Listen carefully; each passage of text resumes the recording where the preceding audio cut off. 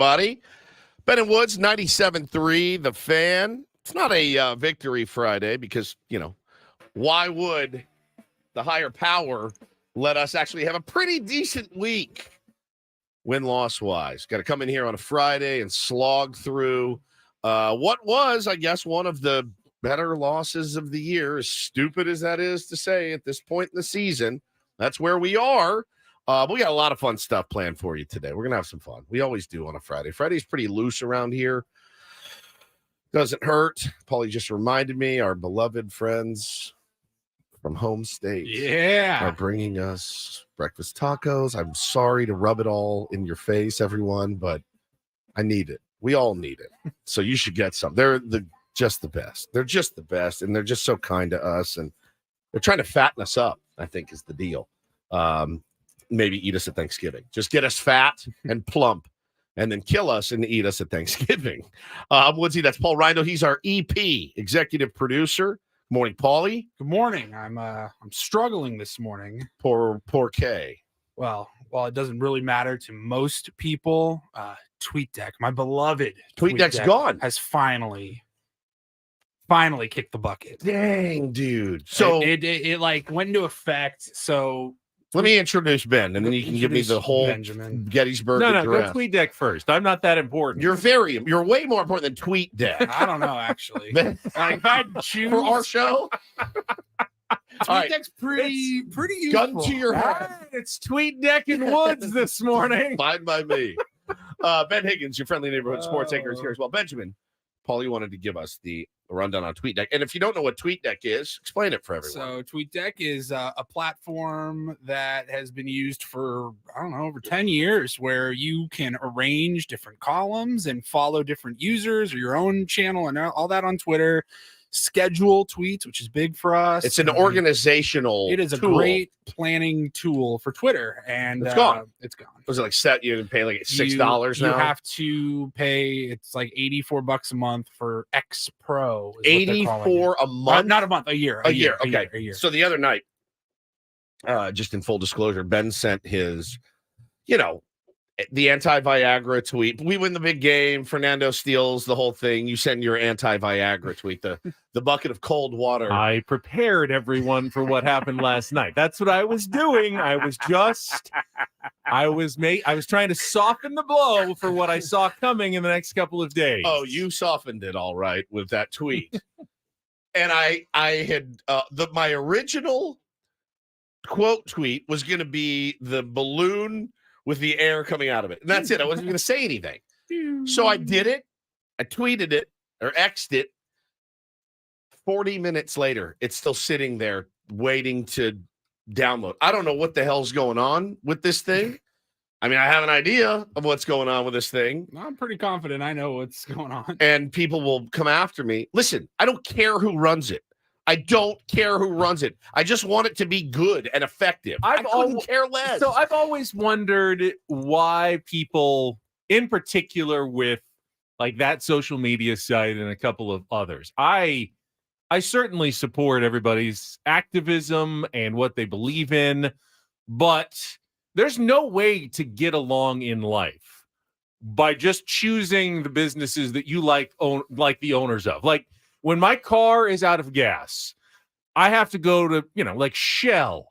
I doubt that everybody who runs the Shell oil company is just a pristine human being that I can feel good about supporting every single day. But also, I gotta live. I gotta get gas in my car. So I can't check into every business and every owner every single time I go shopping. You also don't the CEO of Shell either and be like, he's a genius. Look at what he's done to gas prices. Like, that's the other part. I use X, Twitter, because it's an important tool for what I do in work. And that's all I really care about. I'd like it to work effectively. That would be nice. It's garbage.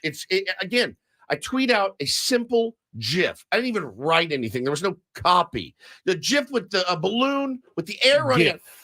GIF. Many say GIF. I mix it up. I like GIF. And it Paulie, 40 minutes. I'm like, well, this joke's going to land like a fart in church. 40 minutes later, like it's the dumbest. It's just, and again, I don't care who runs it. I don't care. I have no I could not care less what his politics are.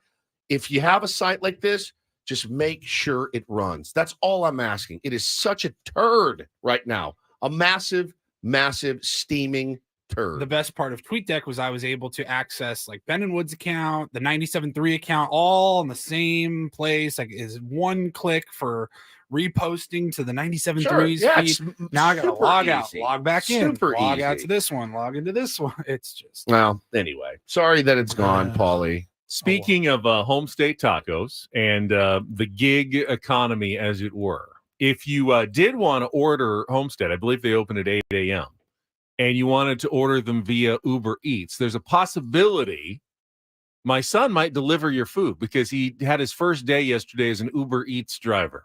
Just like signed up. You didn't even know. I didn't even know. He was like during the show yesterday, I found out he was delivering breakfast to people in North County. Great. I mean, just hopped right in. And I was talking to him about it yesterday, and I have to admit, there is some sort of appeal to that for me. I think like when I retire, I might be the kind of retiree who maybe just, oh, you know what? I don't mind. I'll spend 2.5, 3 hours today just driving around delivering things to people. And he said it's interesting. Like he's got this app and, he downloads it and they'll just pop up on a screen and says, are you ready to deliver this? Like pick it up at Starbucks. Okay. Yes. But you don't like find out where you're going until after you picked up the food. Okay. And then it lets you know where you're going. And then he would go and deliver it and it would tell him how much, like you're going to make approximately $10 on this delivery. Like you personally will make $10 total. And he does it. And then he said, and then you kind of, go maybe like drive near the Starbucks again or places like there are a lot of restaurants around. So you're ready to grab the next order. And I thought that's a fascinating business concept that they have created and how it works for both the people who are hungry and don't want to have to go out and we've all used DoorDash and Uber Eats and all sort of things, but seeing it from the other side of it, the delivery drivers, and I know they probably are a lot that listen to radio and our show, if they're out there working all day in their cars that have that do that to either earn some extra money or maybe it's their primary form of income by being an Uber Eats driver. It's the one job I never had was delivery. It's the one job. Paulie, you did pizza, didn't you? Delivered pizzas? No, I worked in-house. You also delivered marijuana, the devil's lettuce. Delivered that door to door. I've never done delivery. It's the one. I've done telemarketing. I sold art out of my car. You were never like even a pizza delivery guy. Never once. Never delivered a damn thing. Not legally, like through a company, but I never delivered anything. Never had the, all right, what's that? Where's this going? All right, Mike, I'll be back. I never ran out Chinese food anywhere. Like I just like the one job I think I never wanted to do. I've washed dishes. I've bartended. I've bar backed. I've waited tables. I've sold art. I've telemarketed. I've done all the jobs on the board except delivery. Here would be my only issue with working for that option. Me sitting at home at 18, 19, 20, 21. Phone buzzes. You want to do this? No, I'm not. $8. Yeah, I'm not doing this. Forgot it. It would be, for me, that's me. I'd be like, yeah, no, I don't feel like working today. I needed the structure of, all right, your shift starts at 8, you work till noon or whatever it was. I needed the structure. It was almost a little bit like a game because he said, like, I picked up one delivery and I was going to make like $10, but then like 20 seconds later, they said, hey, if you can add on this one, and it was right next door, it's 20 more bucks. And go, yeah, that was so easy. I was just like, it's just like winning the little Uber Eats lottery. It's like, so all I have to do is walk next door, pick up this other order, and drop that off too in the same neighborhood, and I just made another $20. It's a fascinating business concept they created. That's great, man. That's great. Good for him. JWW says, my wife and I did Uber Eats a few years ago. So my son could get a $200 bonus each. It was actually pretty fun. Learned so much about the surrounding area, new places to eat, and cool people. Yeah. Also, you need to let Jack know. Maybe one day he delivers some lonely woman's breakfast and she answers the door in a bathrobe. You need to warn her that these things, I've seen these things happen many times. I've seen it happen many, many times. I think that website's fake. Like those are actors. I don't know. They're pretty convincing. Pretty convincing. Jack goes to deliver her Starbucks, and well, aren't you a strapping young man? Come in the house. Let me get my purse. Ma'am, it's actually online. You don't need Does anyone not do contactless delivery anymore now? Just leave it on the doorstep. There's a reason. Hello? Take a picture of it and walk away. Stuck in the laundry machine. How did you get your hand stuck in the couch? Hang on. Let me come over here and help you for a second. Jack, if you're listening, just know that's a possibility. Okay? Know it's a possibility, and that could very well happen at any moment. Okay? Chris says you see it on those scrambled channels. Yes, yeah, the documentaries. Documentaries on delivery and the perils of being a delivery boy. That's 30 for 30. 30 for 30, yes. The perils of being a delivery boy. Man, I'm just trying to do my job. I thought I was bringing you breakfast, but yes, I'm happy to stay, and let me just hit decline on the other 9 of these that just popped up, and let's sit down and get to know each other a little bit better. So yeah, just so you know, it could definitely happen. Well, that good for him. Good for him. We will talk about the Padres game last night. I saw mostly measured responses. I think most people got it. What really irked me the most was the 9th inning and the people going, "Oh my God, how do you take those pitches?" Those were the comments that made me want to do the table flip. And I'm like, you saw the game. Like, you saw how nasty that kid was. Like, 103 on with an 88 mile an hour splitter to follow. I'm going, you saw that, right? Like, those guys aren't up there looking to walk necessarily. Like, Manny Machado, it was maybe the worst at bat I've ever seen him take. I saw some pretty bad comments yesterday directed toward me. We're going to have AJ. You? Well, I mean, tweeted at me, not toward me, but tweeted to me about the team. Like, we're going to have AJ Preller on the show this morning at 8:00 on a Friday. And there were people who wondering, like, ask AJ, why don't they just swing 20% less so the ball doesn't fly all the way to the outfielder when they hit the line drive? And honestly, I think those people should be blocked. You're never going to, if somebody asks that question, you're never going to get through. You can't swing 20% easier so the ball doesn't line drive all the way to the outfielder and falls in between the infielder and the outfielder. Then that's not how hitting works. My morning. You have I didn't see it. I didn't know it existed. And now you make me want to get off Twitter again. I hate having that attitude of like, oh, I'm so much smarter than you. But, buddy, you got to think that one through before you hit send. Somebody called the 103. I saw somebody say the 103 was BP meatball. It's a BP 103.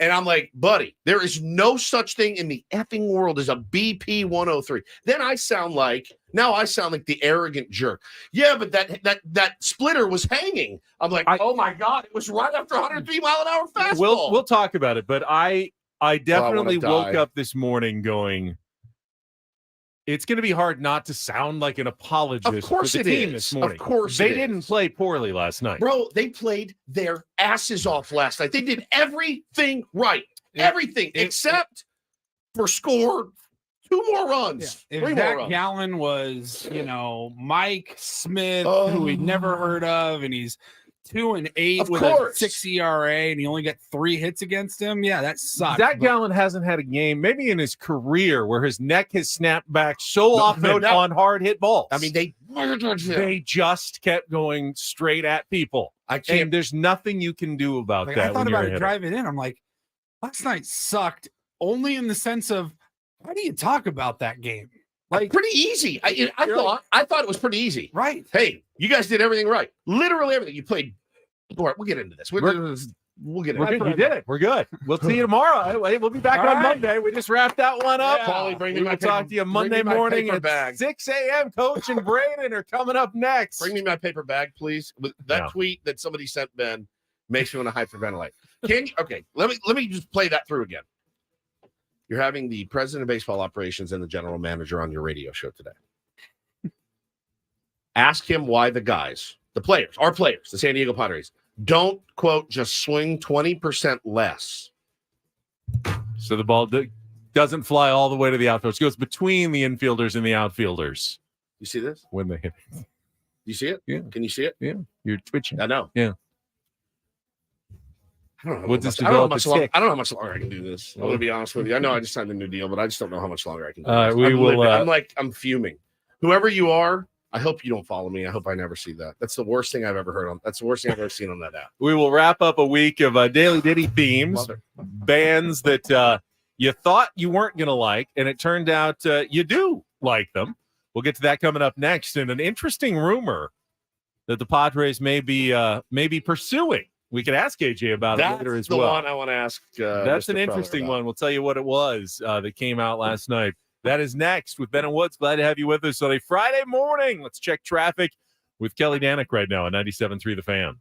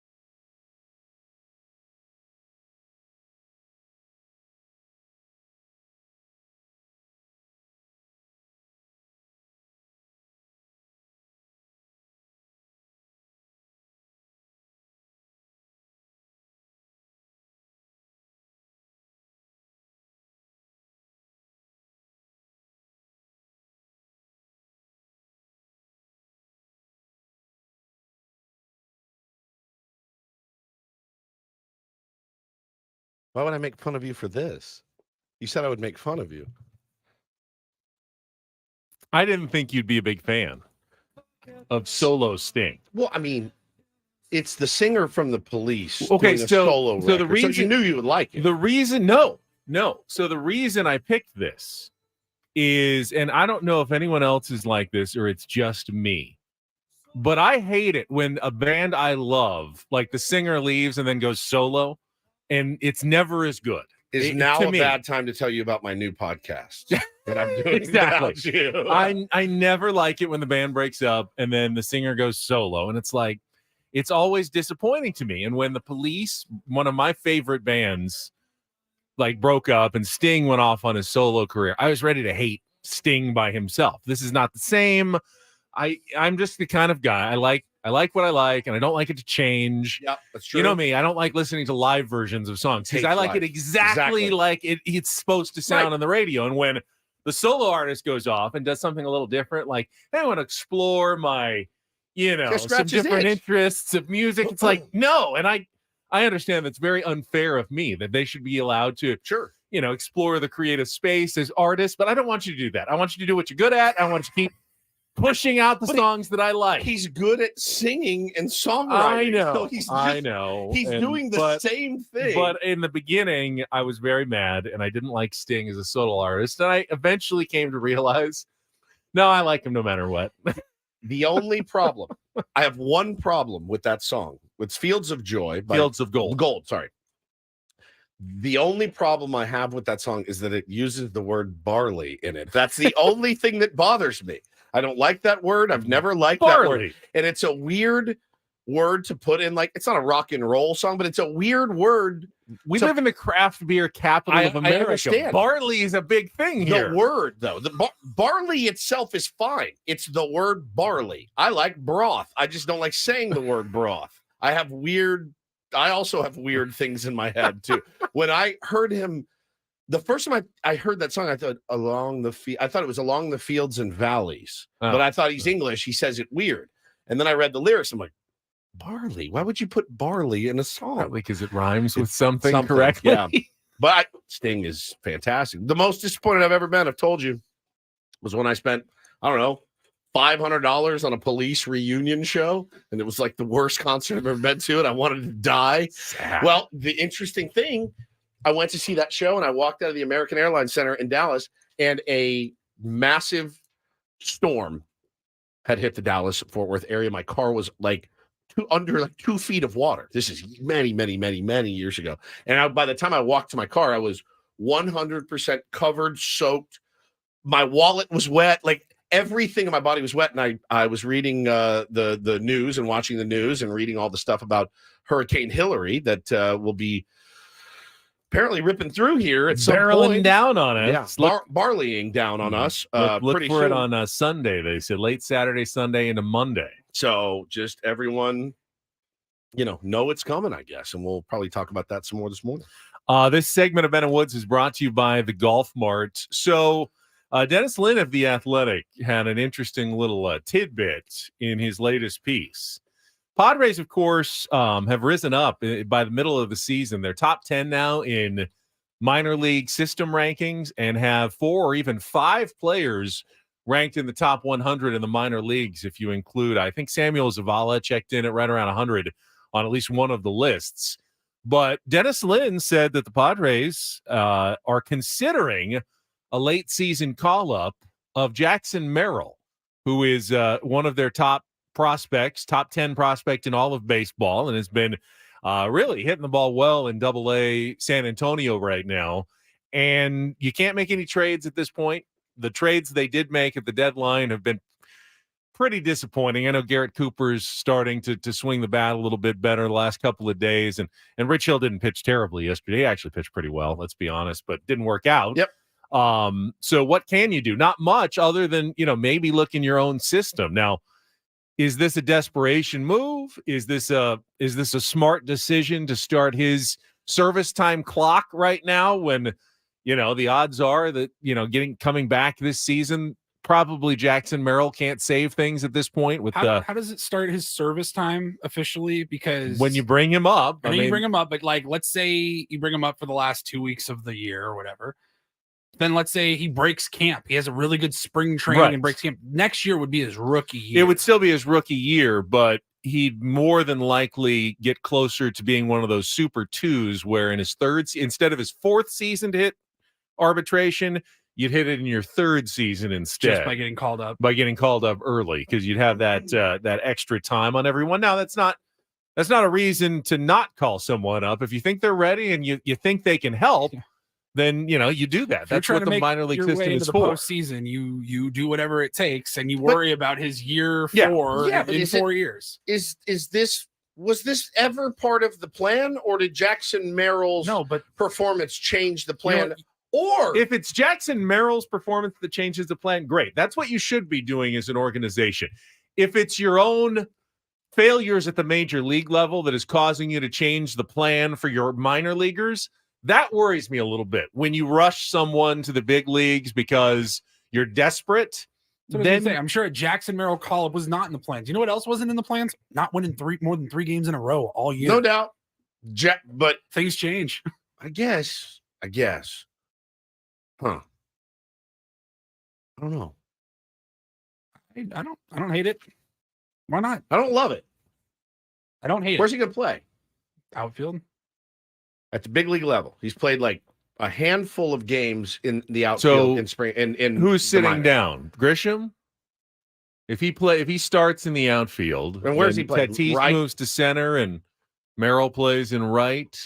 Oh man. I mean, I don't know. Or is he DHing? But if he's a bench, if he's just going to come up here and Matt Carpenter the whole thing, keep him down there where you can get ABs and develop. This is the problem. He would be a bench piece that you could actually potentially use. I mean, it's not a great way to introduce someone to the major league. Oh, I know they do September call-ups. At least they used to. They don't do it as much anymore, but guys who at least get a taste of the big league. What would even be better if and I mean, the minor league seasons end in September. That's true. So he wouldn't be getting any action in the final month anyway. But they're not talking about calling him up at the end of the year. They're talking about calling him up soon. Well, I mean, it's August. It's almost September. It's almost their season's over in a couple of weeks. When's the call up? September 1st is the roster expansion. You get 2 more roster spots now. That'd be 2 weeks from today. 2 weeks from today. Yeah. So if you called him up this weekend or next week and he sits the bench, then there's 2 week or a week and a half of ABs he's not going to get, which is probably. I mean, are they talking about calling him up like tonight or in 2 weeks? Dennis Lynn said they're considering it. I don't know. I just don't know. I really don't. I would love to see him come up here and rake, but I don't want to see him come up here and sit. Dennis writes the possibility of calling Merrill up to the majors in September. September call up. Okay. Well, that's fine. I guess that's fine then. Like, come up, get a little taste, get your cup of coffee. See what he can do in a pinch hit role. I don't care, and I think the organization doesn't care about the service time manipulation, even though I think sometimes, it's fiscally a smart thing to do. But if a kid is ready and he's earned it, then you want to come up and ride the pine, get a couple ABs, be around the guys, to now next year work your ass off in break camp. Okay, no problem. Teams call up guys all the time. This is not. I don't think he's getting called up to start and left. Be your leadoff hitter every night. All right. Well, I'm willing to think that could still be a good thing for the kid then. Yeah. If that's the case. But first time we've even heard it speculated that the Padres might bring up one of their top prospects. I think you could even look at it as that's like a motivator. Of course, you know what I mean. You're like, give this kid a taste. You're like, I've worked, I've grinded, I had a good minor league season, and I've been rewarded by getting a glimpse of what my future holds. Yeah, I guess. I mean, especially he's not taking up anybody else's spot, right? I mean, we already have a bunch of dead spots on the bench anyway, so. What's one more? Right, but you get those roster spots in September for that. So you're like, all right. If it's September, it's fine. If it's like next week, I'm like, oh god, all right. That feels a little panicky to me, but what do I know? Nothing. All right, keep listening to all the shows here on 97.3 The Fan for your chance to win a Ha-Sung Kim bobblehead. Keep summer going. Padres on this 10-game homestand now through August 23rd. Tickets are available at Padres.com. We'll be giving out another bobblehead in our 8 a.m. hour this morning. So keep listening for your chance to win. We've also got some Padres tickets to give away to tomorrow night's game at Petco Park as well. So stay tuned for that. When we come back, our Padres wrap up. Again, not the luckiest of games for your San Diego Padres. I think an interesting question, though, is did Rich Hill earn himself another start the next time through the rotation with how he performed in yesterday's game? I had a lot of disagreement on my timeline last night during that game about it and what Pedro Avila did again last night. So what if he had just thrown 20% softer and then the guys wouldn't have hit it? Possibly. We'll talk about that coming up next in our Padres wrap up with Ben Woods on San Diego's #1 sports station, 97.3 The Fan.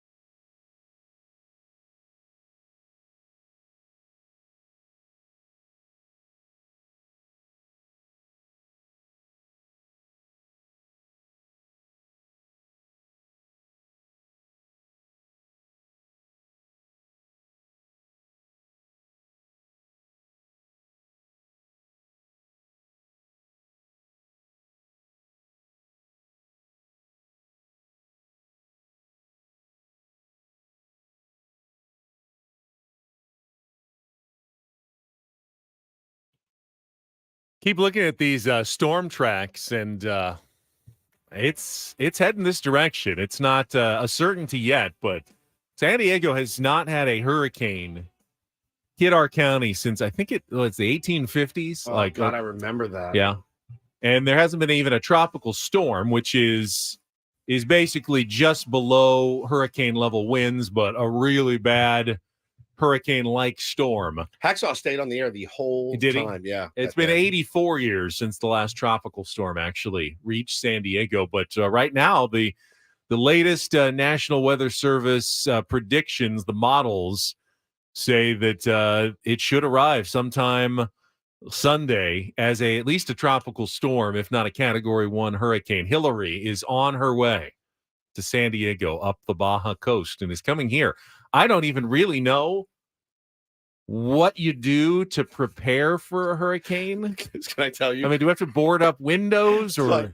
I told my wife this morning. So I'm not going to be in town. I'm leaving on a very spontaneous day trip to Los Angeles tomorrow to go see a dear friend of mine that's just having a rough time and needs me.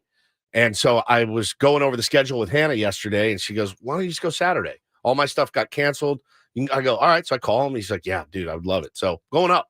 So then I start seeing all this stuff, and I'm like, I asked her this morning. I go, Are you guys gonna be okay if I'm not here? And she's not one to get super worried. Now, here's what's inevitable. Where are you? When are you coming home? I'm like, you told me to go. You said the house is flooded. The kids are underwater.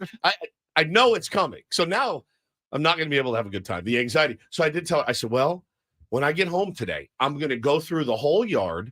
I'm going to pick up in the backyard all the balls and all the things that could, whip around. And she's like, yeah, I guess let's just prepare the best we can. The rain level predictions, kind of on the coast and San Diego area proper, about 3 inches. They're thinking in the desert areas in the east part of San Diego County. Best tweet ever. They're saying 5 inches or more of rain. And what does that equate to? They said in some parts of the desert they will be getting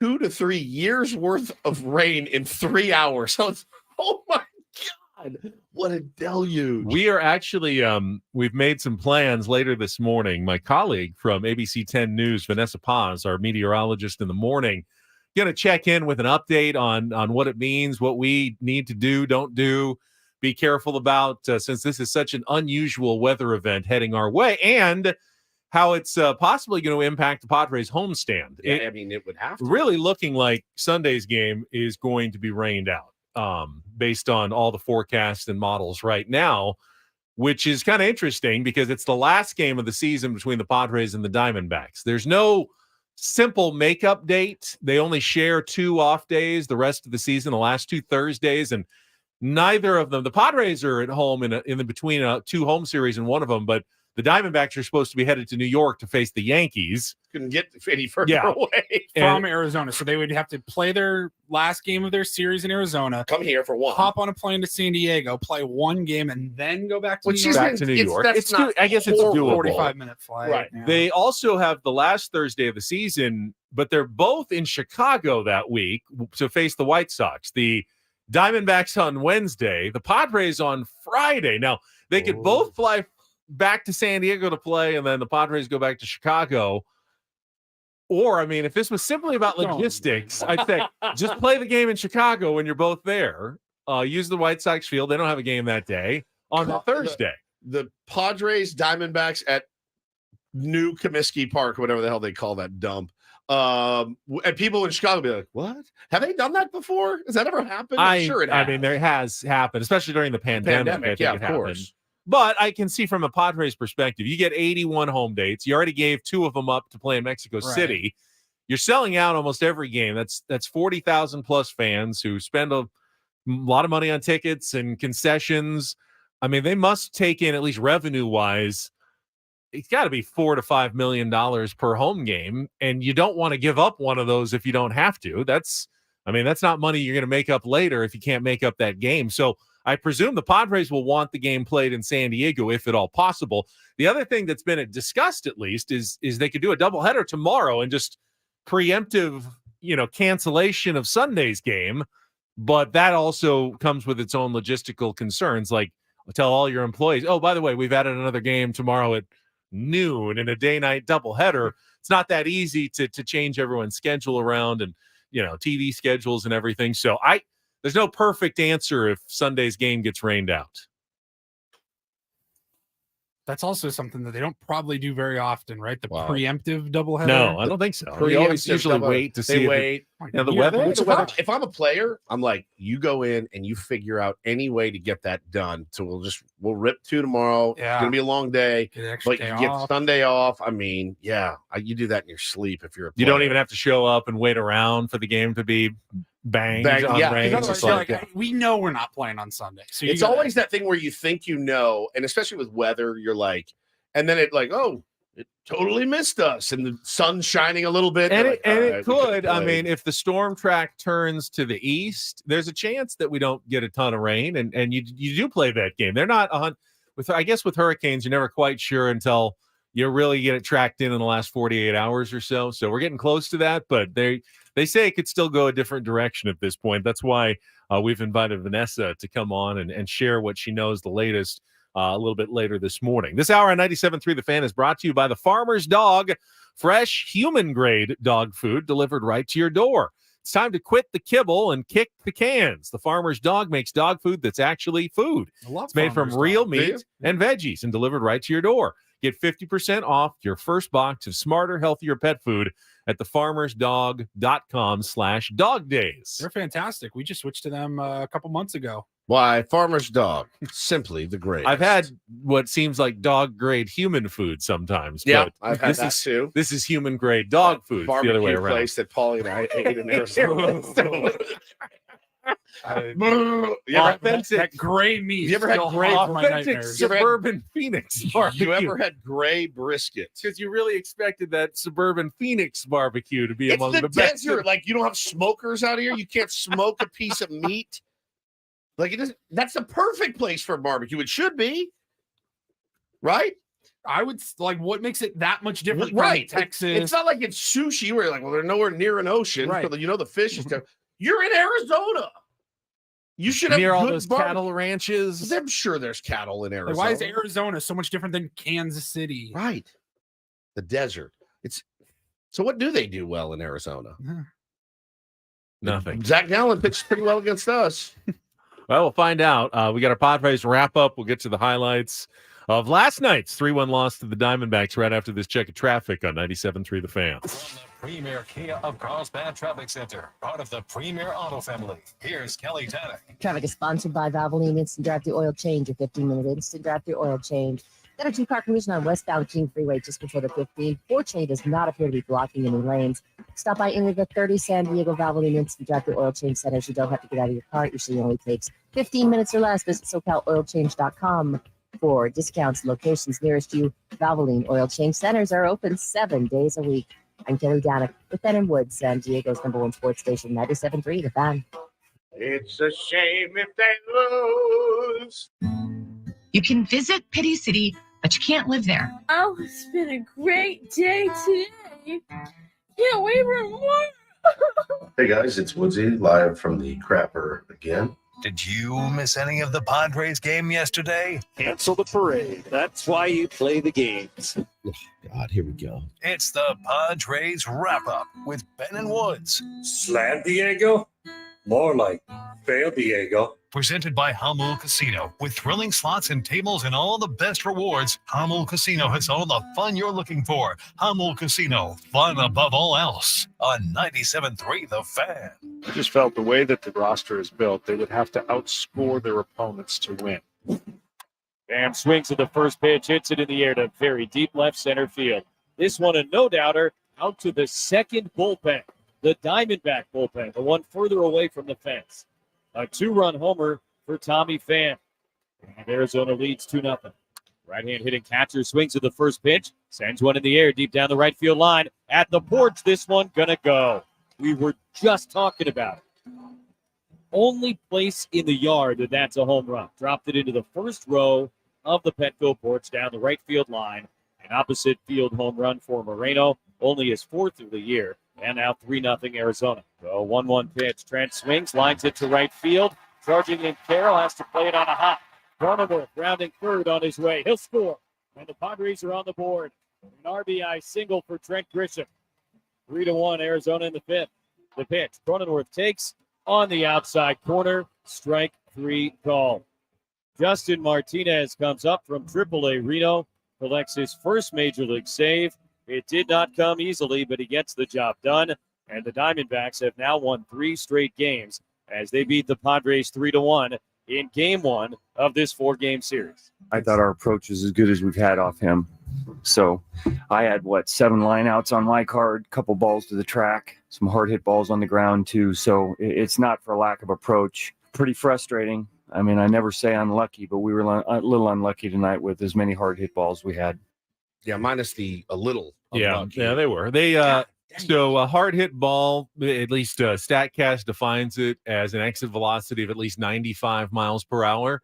And the Padres hit almost 500 when they hit a ball 95 miles an hour. So that's what you can expect. I mean, you're going to hit some lineouts for sure, but you should get a hit 1 out of every 2 times. Padres hit 15 balls of at least 95 miles per hour. They got 3 hits on. So that should be 7.5 hits, roughly. And, in that game yesterday, maybe 5 or 6 runs, the way they were swinging it. They came really close to home runs. Fernando Tatis Jr. missed one by a foot or 2. Manning had one deep into the gap in right field. Xander doesn't even count the ones that were foul, but they had 2 balls, one by Xander that missed by about a foot, the foul pole in right field, one by Camposano that went about an inch left of the third base bag that would have been an RBI double as well. It arguably was the unluckiest game of the season for the San Diego Padres. Yeah, I think you'd be hard pressed to find one where they hit the ball better than they did with no outcome, no results. But it comes at almost the absolute worst time because, as I said yesterday, this is a must-win series for the Padres, which now makes essentially the next 3 games in a row must win, must win, must win. I mean, you absolutely have to take 2 out of 3. If you lose 2 of the next 3 and you fall further behind Arizona in this series, I don't know that there's any coming back from that. So I looked at it, and if you want to set, if you're like me and you like to set shorter term targets, I know people say Padres need to win 28 of their remaining 40 games. Hard way to live. It's hard. It's a hard way to look at it. But if you'd like to say, if the Padres need to win 7 out of 10, 7 out of their next 10, and they need to do that 3 more times after that, that would get them to 28 wins and 86 for the season. And the way the other wild card contenders have been playing, I think that does get them in. That's a 700 winning percentage the rest of the way. The Padres have not done anything close to that this season. But in my mind, this is how I'm going to approach the rest of the season. 10-game chunks. There's 4 10-game chunks left starting tonight. Padres have to win 7 out of 10 in each of them. Obviously, if you win 8 out of 10, you can do a 6er, but you have to win 7 out of 10 in every 10-game chunk the rest of the year. So they have to play 700 baseball. 700 baseball. 7 out of 10, 7 out of 10, 7 out of 10, 7 out of 10. If they do that, I feel 70 to 80% confident they'll make the playoffs. Let's talk about feelings for a moment, because the entire game last night, I've got texts to prove it. We were winning that game. I knew we were going to win that game. I knew it. I was texting our buddy Max in Hollywood, and he goes, I go, bro, we're winning this game. The guys look so locked. Defense looks spectacular. Hassan Kim making brilliant plays. Crony making really, really nice plays. We're winning this game, period. Rich Hill did exactly what we needed him to do. Avila's doing exactly what we needed him to do. We're stealing this game tonight, and it's going to be exactly what we need. I'm looking at the OPS for the guys last night, the expected batting averages. God, I mean, we're talking 750, 800, 813, 901. They had such a good game at the plate. Such a good game at the plate. The results weren't there, and I know moral victories suck. It's hard, though, and I tweeted it last night. They've had so many crap losses and so many futile nights at the plate where they're rolling over. They look like they don't care. It's hard for them to have any goodwill or trust that they're going to keep doing this. Yeah, I really, like I said, I was afraid I'm going to wake up and sound like an apologist. They haven't played like that enough this season. They have not played anywhere near enough like that. And if they do play like that every day the rest of the year, well, no problem. They'll win 7 out of 10. They'll win 8 out of 10. They'll win. If they play like that, they'll win plenty of games. I had friends texting the rest me, of the way. I had friends text me saying, you know what, Woodsy? Crap loss for sure. They look like a team tonight. I go, you know what? You're right. They do. And people are going to be mad. There's no moral victories. It's still a loss, but I don't know. All guests on Ben and Woods appear on the Premier Chevrolet of Carlsbad fan hotline. Save money the right way with Premier Chevrolet of Carlsbad. Visit them today in the Carlsbad Auto Mall. Chevrolet, find new roads. Rich Hill versus Pedro Avila, and take on Woods. Coming up on a Friday next year on 97.3 The Fan.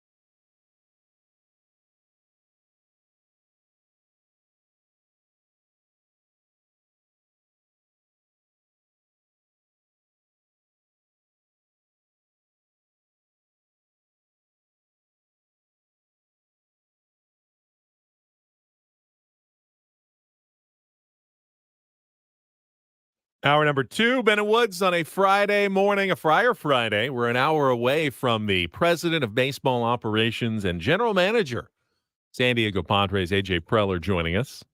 Got to imagine. Lots to discuss. Got to imagine you have to tear your hair out a little bit after a game like last night. I mean, bro, we do morning radio and like tell jokes and have fun and get to chew the fat and hear weird comments from listeners. And like, he's the architect of that thing. It would make me insane. I could never do it. I could make it maybe till the All-Star break of 1 year. And if it was this year's All-Star break, right? Put yourself in AJ Preller's shoes. Hey, Woodsy, you got the gig. You get to the All-Star break, you spend all this money, you do all these moves, and you're sitting where you are at the All-Star break. I don't think I would have made it in the second half. It's a different type of mindset that you have to do that gig. And the bummer is, and I'm excited to talk to AJ because listen, he's a big guest, certainly. With the team playing so poorly, every interview we've done with AJ Preller outside of spring training this year sounded like a cross-examination. And I don't. It's not that doesn't do anything for me. You know what I mean? It just doesn't. But I do have questions for him. I do have questions. I want some clarity on a couple of things that are going on right now. I want to have him explain exactly. Why Matt Carpenter's has one AB in a month. Things like that. Are you really considering bringing up Jackson Merrill? Things of that nature. What does the offseason look like? Are we bringing Blake Snell back? Have you started talking to Juan Soto? What about Ha-Seong Kim? I mean, there's a lot on the plate. I would be curious, is next year's problems really next year's problems? Or do you have to at least think about it during the current season? It's a good question. Because every time I'm talking Padres with my friends, I go, who the hell is pitching next year? 100%. Who the hell is pitching for us next year? 100%. They have to be thinking about it. Oh, yeah, you have to. We'll call AJ Preller to the stand at 8:00 this morning. You can't handle the truth. One question I'm curious about is the Rich Hill versus Pedro Avila. Sure. Which is, that's a bit of a fake construction. It doesn't have to be Rich Hill versus Pedro Avila, but the way the Padres have used them the last few starts, you've seen Rich Hill start, give up 3-6 and 3 runs, 6-3 and 3 runs in his last 3 starts, and then Pedro Avila come in and give up 0-1 and 0 runs, following him up with several really good innings. And it's led a lot of fans to say, well, why isn't Pedro Avila the one getting the starts? He's been very effective on the big league level. How did he look good? And he looked really good again last night. Now, I can't say that Rich Hill didn't. I thought Rich Hill pitched much better last night, hitting more spots, getting a lot more swings and misses. He was really outstanding. He retired the first 10 batters he faced and then walked Corbin Carroll and then gave up his one really bad pitch. The first pitch to Tommy Pham, which was belted for the 2-run home run. And then he pitched through 5 innings, gave up only one more base runner. It came on and when I say the cheapest home run that you're going to see, it literally was, since they started tracking home runs with StatCast in 2015, the shortest home run Petco Park has ever seen by Gabriel Moreno. It's expected batting average. It's supposed to be an out 94% of the time when you hit a fly ball at that speed. Unfortunately, it went to just the right spot and turned into a home run. Those are the only 3 base runners he allowed in 5 innings. Rich Hill was actually pretty darn good in that start yesterday for the Padres. Not to go full Ben Higgins on you, but if we had said, do you sign up for that from Rich Hill? You say, yeah, you do. You sign up for 5 innings, 3 runs, 2 hits, 3 hits. Of course. Yeah. All day. Every time. Every time. Give me that the rest of the year, Rich. But I also think you can say, and the point was made, and even I made it yesterday, if Pedro Avila had started, and he's only stretched out for about 4 innings, 5 innings, probably would have still brought in Rich Hill after him. Right now, those two are kind of linked, and you need to get some innings out of both of them. You can't just sit everybody. Hey, man, if it goes like that, but bring it for the next 40 games. But I would make the argument, and I tweeted this last night.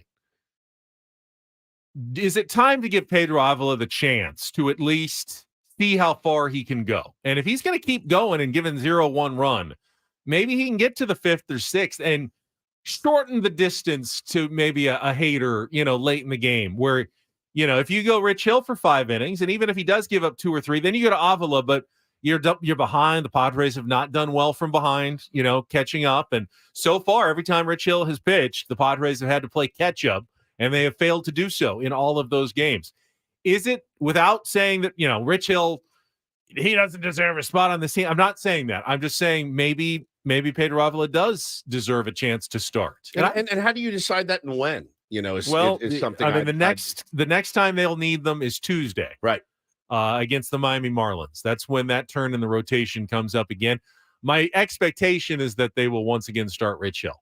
That's if they started him yesterday and felt like he pitched really well, then they're probably going to start him again on Tuesday. Look, you get those kind of results from your pitching again, I'm fine. I like that piggyback. I like it a lot. Yeah, overall, no one would have complained about 3 total runs in 9 innings. 3 hits. You just said, yeah, all the offense needs to do is find a way to score 4. And offense did a lot of good things. They didn't score 4. They only scored 1 last night. So we'll see what happens with the Rich Hill, Pedro Avila tandem when that turn comes up. It'll be the bobblehead night, Ha-Seong Kim bobblehead night on Tuesday. So a big crowd for their next start and another absolutely critical game the way things are shaping up. Looking for a contestant for Take on Woods? Play our game here in a minute or two. 833-288-0973 if you want to join us. 833-288-0973. It is Friday. That means a Crossing Streams Friday as well. Craig Elsten going to join us coming up here at the bottom of the hour. Curious to see Craig's state of mind after last night. I think you think he'll be similar to us. He's been spicy, but in general, he's a pretty measured individual. Yeah. I imagine he's going to probably feel similar to how we feel. Like, that's just a tough loss, but you played well. Like, there's not a whole lot to complain about. Just the result. That's it. Just the result, man. Mark says, I didn't know you smoked weed. You believe the Padres are capable of playing 700 baseball? I didn't say that I thought they would do it. I'd say that's what they need to do. What they need to do. They need to win 7 out of 10 the rest of the season. For 40 games, every 10, 7 out of 10, 4 times. That's what they need to do, I think, to get to the playoffs. I think it's highly unlikely they do that at this point. I do too. You don't take a team that plays, I think, 475 baseball for 5 months and then turn them into all of a sudden they play 700. Has it been done in baseball before? Have we seen it? Yeah, of course we've seen it. And do the Padres have the talent to do it? Yep. Absolutely. They have the talent to do it. Do I expect them to do it? No, I do not. Yeah. Betting man today, as we sit today, what kind of odds would you place a wager? Fangraphs has them right around 22%, 23%. I think that's more high. Like 15, 10 to 15. Yeah. I mean, the Padres were at 25% yesterday. Yeah. Fangraphs has them at 19.3. 20%. No. So a little under 20, 1 in 5 essentially to make the playoffs. Woods, I'm thinking of a number between 1 and 5. You get it right, Padres make the playoffs. You get it wrong, they don't make the playoffs. Here it is. Go for it. 2. Wow, they made it. That's incredible. Incredible. All right. It does happen. It does happen. All right, let's get to our game. It's time to play a little Take on Woods.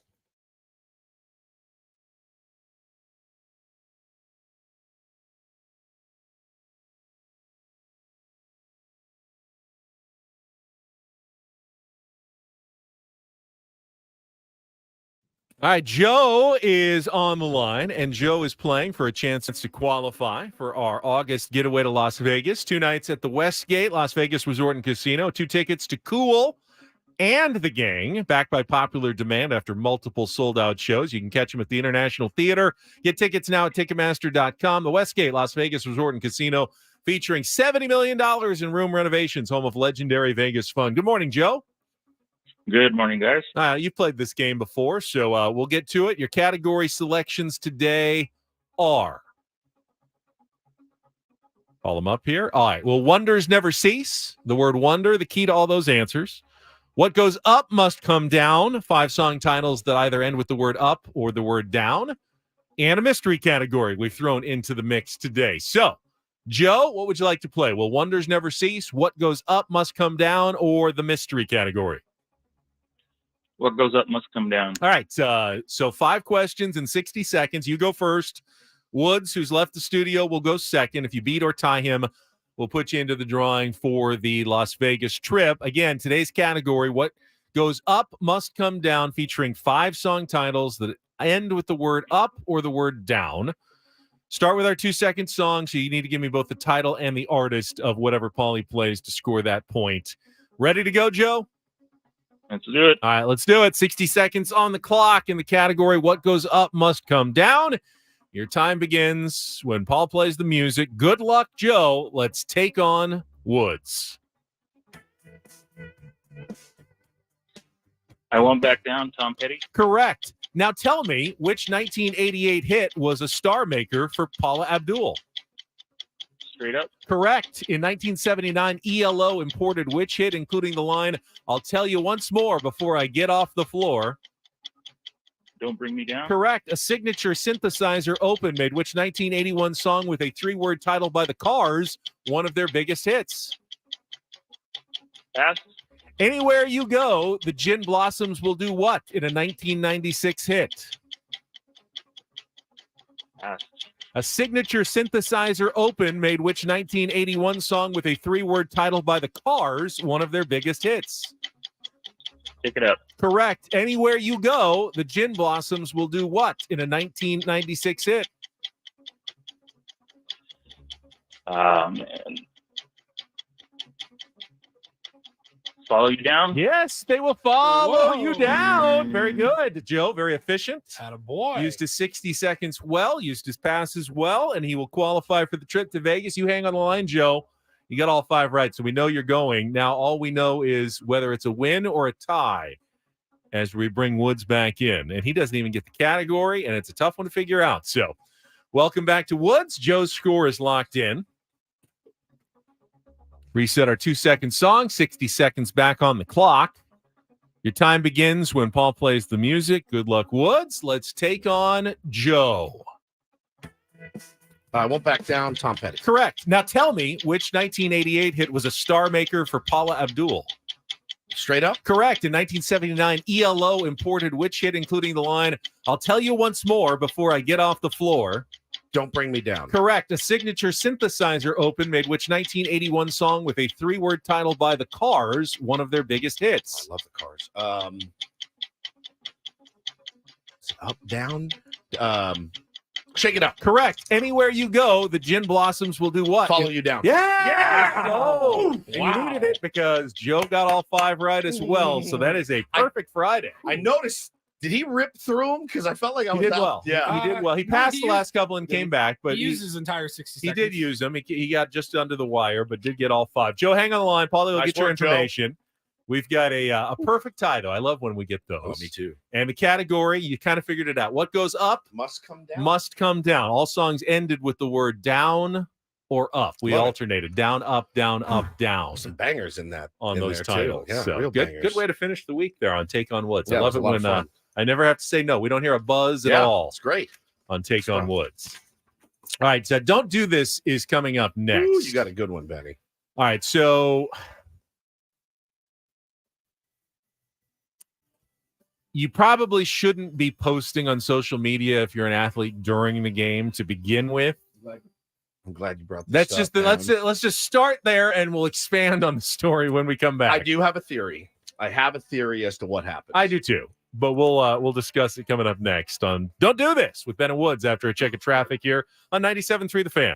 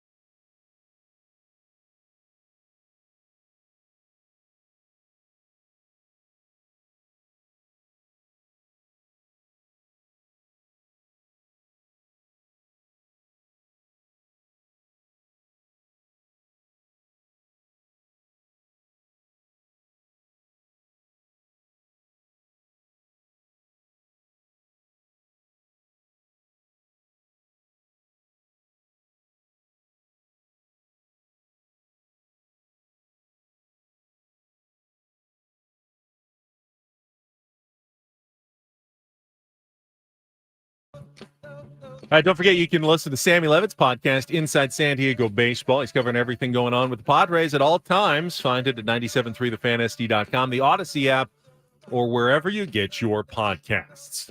All right, I will start Don't Do This today. In the NFL preseason, had the Eagles hosting the Browns. Yes. Last night. Did not watch. I did not either. You missed an 18-18 tie if you would have watched the game. And the reason I've been missing it, Bob. The reason why the Browns didn't win had a lot to do with their kicker, Cade York, who's already been having a tough preseason. Missed some kicks early. Browns fans are saying, hey, we're going to need a new kicker here. However, he did make a kick in the first half yesterday. Good for him. Did his job. I mean, you're kind of doing your job. So his Instagram account, his personal Instagram account, at halftime shared a team post celebrating that field goal. Like, yeah, made a field goal. Now, I don't know that, he was on his phone at halftime, like going, oh, I'm going to share that. He may have a team or, a significant other or someone who has access to his account who then just shared, hey, look, Cade made a field goal. Let's hype this up. Hey, Cade made a field goal. The only problem is he had 2 field goals in the last couple of minutes of the game to win it. 2 chances, 47 yards wide right, 42 yards wide left, and they ended up tying the game 18-18. Shortly after that, the halftime post was then deleted. Like, maybe we shouldn't be celebrating the first half field goal when the game isn't quite over yet. It does beg an interesting question. And I've seen, and actually friends of mine, people I really like, have texted me after some Padres losses, and they'll go to our players' Instagram stories. And let's say, I'll just use him as an example. I'm not ripping on him at all because I love our young Prince Fernando Tatis Jr. So let's say Nando hits a home run, right? And after the game, the Padres lose 5-2. Nando sends out on his Instagram stories his home run. I don't think there's anything inherently wrong with that, but you lost the game. Or, Blake Snell doesn't have a good start, and then Blake Snell's account sends out a picture of his sneakers after the loss, right? Try not to be tone deaf. Yeah, but it always makes me wonder, and I've responded to these people, and I said, look, at the end of the day, I don't know that they don't have like a marketing team that's just there to send out their highlights. Like, I don't know that Jake Cronenworth spends a ton of time on his personal Instagram. He posted something about his baseball camp, but I don't know that came from him. It does feel a little bit icky to me, though, after we just lost the game. We lost our 3rd in a row, and you're like, yeah, but I hit a home run, or right. I made a field goal. It is odd, though, that it came up at halftime when he would have been in the locker room on his phone scrolling. Well, I'll just share this. Yeah, probably shouldn't post anything during the game when you're on the field from a personal account, even if you're not the one posting. By the way, Sub don't do this from the same game to the Philadelphia Eagles fans. So a couple of scary moments for Browns players, including Tyree Cleveland, their wide receiver, got a collision and ended up a neck injury. So they had to bring out the cart, the stretcher to take him off the field. Now, what do most fan bases do when a player, you get quiet, really quiet, and you kind of go cheer when murmur, they go away. And then when they walk, or taken off the field, you give polite applause for the opposing team player who just got hurt for your entertainment purposes. Eagles fans just did the wave through the entire stretchering of the player off the field. Just keep waving. Just keep doing the wave all the way around. Can't let that wave die out, even though someone's getting taken off the field on a stretcher. They wonder why they get a bad rap sometimes. Yeah. Paulie, did you get that one? Is it any good? We're good. Okay, so this is pretty funny. Got some audio from a tennis match. I saw this. I would love for you to try to say I know. I was just going to say I'm going to butcher this. We've said it before on the show. We have? Oh, yeah. Stefanos. Spell it first. S-T. All right, Stefanos. T-S-I-T-S-I-P-S. Tsitsipas. Yeah, not bad. Tsitsipas. Yeah, Tsitsipas. What do you think I was going to say? To sit is pass? What if the S is silent? Well, I'm surprised you even tried, honestly. Tsitsipas. Tsitsipas. Tsitsipas. Tsitsipas. Tsitsipas. No, the S is not silent. Tsitsipas. Tsitsipas. All right, so he was playing a match in Cincinnati, and so there was a bug around him, he thought, and he tried to swat this imaginary bug, and it turns out the noise that he heard, he thought that it was coming from a spectator, and this is what happened. The Sinners win in Canada. Person imitating a bee. Oh, yeah? I'll take care. But it's a buzz right before I serve. There's a person imitating a bee Imi- right before I serve. Imitating a bee. There's a person imitating a bee. Oh, yeah? I'll take care. But it's a buzz right before I serve. You think that's? I think that's. No, that's okay. good. That's good. Yeah. Imitating a bee. That is a new one. A bit of a surprising one, that one. Taking matters into his own hands, yeah? You should shut up back there. I hear what you're doing. So he actually walked over and confronted this female fan. Well, he didn't know exactly who it was. Did you see what happened? He walked over to the area where the sound was coming from and was like, hey, who's doing that? One of the guys who was sitting behind her, like, raises his hand, like, points so she can't see, like, Snitch. It was her. Snitch. It was her. It wasn't me. It was her. She's the one sounding like a bee in your Wasn't me. during your serve. Fantastic. Blame this person. It is just the best thing ever. She is imitating a bee. Oh, okay. She is? All right. Imitating a bee. I've never heard that one before. Brilliant. Finally, What are we doing here? Is this? We have like a couple of sound drops for this. we do. Well, for this last one, is this a don't? This is do so. this? So this is a tip. And- This is No, a tip we're your not gonna cap. we're not gonna do a do this for somebody No, passing but away. this is a tip your cap. Shout out to his family Yeah. for one of the longtime greats that probably not that familiar with here in Southern California. Worked his career in Canada and with the Buffalo Sabres for half a century. Craig Elsten, actually, who's coming up in just a couple of minutes, introduced me to this announcer 25 years ago when we were first working together on radio. He was one of his favorite hockey highlights always to pull when the Buffalo Sabres would score a goal, and he'd say, get that call by Rick Jenneret, the voice of the Buffalo Sabres, because he had one of the most unique deliveries in all of sports. Rick Jenneret passed away yesterday after a very long career calling hockey play-by-play. You probably, maybe, if you listen to enough sports, have heard this guy before, but he always made it interesting. Here's a little Rick Jenneret for you.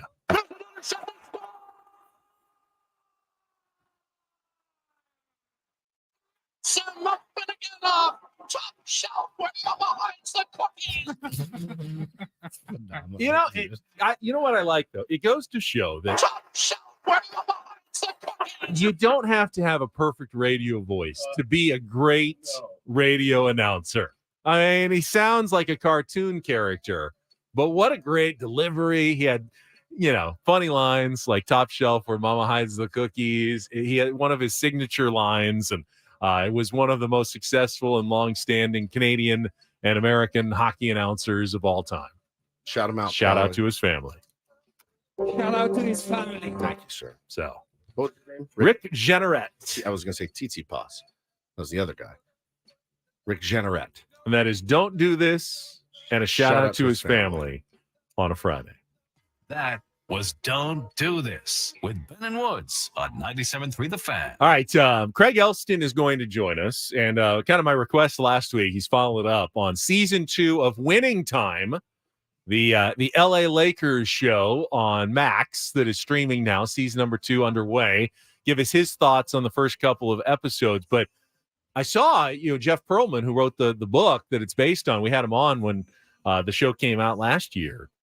Is a little nervous that it's not getting enough love to bring it back for a season 3, which I think would be just a shame. Because Kind of made me mad when I saw that. Yeah, talking about how the writer's strike is really like the production studios are now really cracking down and be like, all right, like you better hit your numbers then, and they're not hitting their numbers, Which blows me away because it's I can't stand the Lakers and I love this show. I think it's brilliant. So Craig Elsten will join us next for Crossing Streams on a Friday, and then AJ Preller at 8 o'clock on San Diego's #1 sports station, 97.3 The Fan.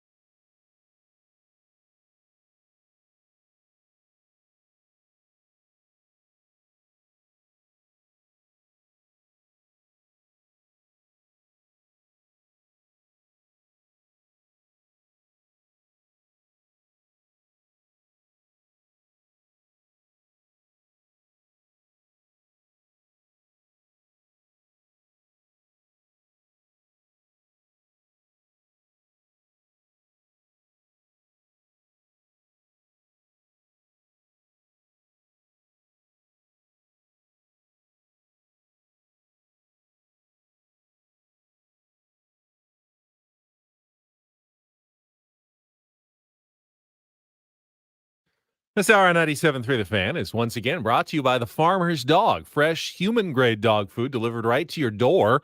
Good health starts with healthy food that goes for dogs, too. Farmer's Dog delivers fresh, human-grade food right to your door, so it's easy to quit the burnt brown balls and feed your dog real food. Get 50% off your first box at thefarmersdog.com. I love Farmer's Dog. /dog days. Quit the what? Burnt brown balls. Say that. Oh boy. What does that mean? Oh, like the little Kibble, kibble? the little kibble nuggets. That's what we get, like salmon, and I think it's salmon and rice kibble or something that we feed our dogs. It's the big Costco, the blue bag from Costco. So fun ripping that bag open Good and then smell. wafting up into you and you vomiting in all over the burnt brown balls of the bag.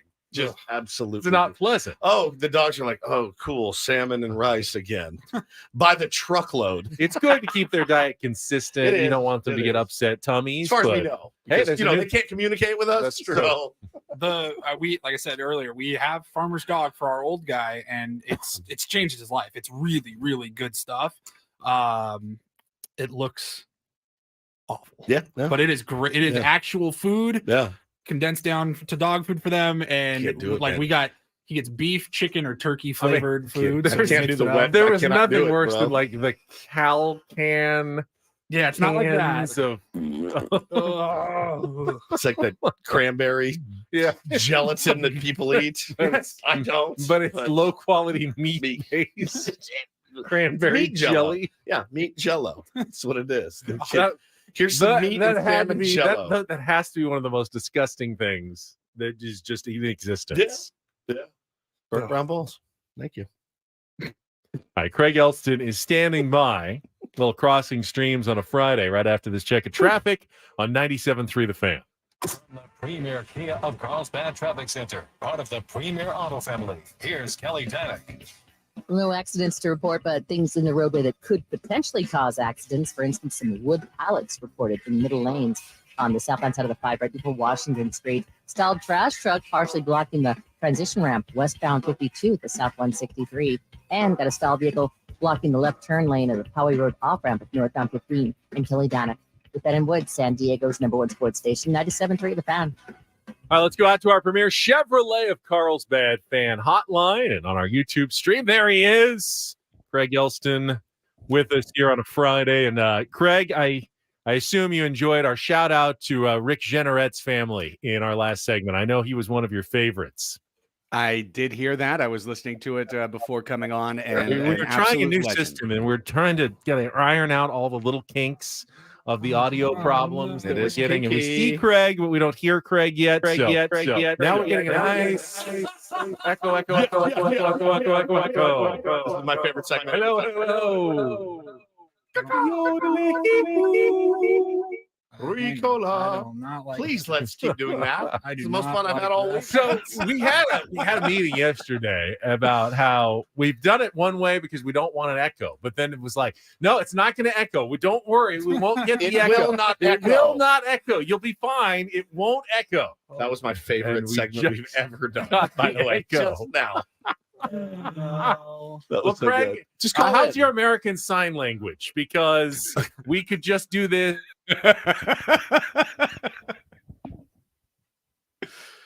Oh my god! No, Oh, I no. love you. Wait.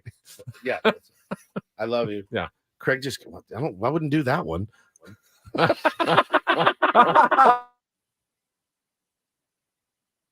I'm getting pissed. There he is. There he is. No, you can't. No, he can't hear us. The echo. Oh no, I'm so sorry. Just call in. Just call in. 833-978-0978. Yeah. I love you, Craig. I'm so Yeah, sorry. we'll talk to you on the phone in like 30 seconds. Sorry about Does that. he think we were doing that on purpose? No, we were not. It's not a Probably bit. were. It's not a bit. It's we're working through some technical, hopefully improvements to the show.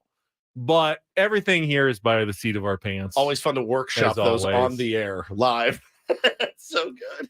Well, there's really no other way to do it. I know. except You for can't test you won't it. You know have to do it. until you do it on the air. It's so good. Yeah, there's I'll there's do no it live. there's no dress rehearsal to Ben and Woods. We don't get here at all right, we're gonna do from 2 a.m. to 6 a.m. We'll do the dress rehearsal of the show. I wouldn't and then do we'll this do the job re- if we had to do the that. I real promise show you. from 6 to 10 a.m. and do the actual show. So let's go out on the phone to our premier Chevrolet of Carlsbad fan hotline And this should work because this is the tried and true method of radio interviews. Hi, Craig. Sorry Hi, about handsome. Oh, hi guys. that. How are you? Yeah, you sound good. I this swear morning. we were not doing a bit. That's just technical issues, man. And if we were going to do that bit, we wouldn't do it to you. Oh, they could hear him on the stream. Oh. We just couldn't hear him here. We would have done That's it to weird. Lee Lowenfish if we were going to do it to anyone. But yeah, Ben was asking you about the Sabres announcer that he knew you were a big fan of.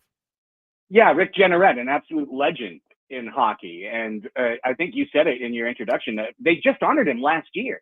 He retired last season, like 50 years in the booth. And, you know, it's one of those things, man. He is one of the last of the legends. You know, the modern play-by-play announcer is a young guy who is put into a tiny box.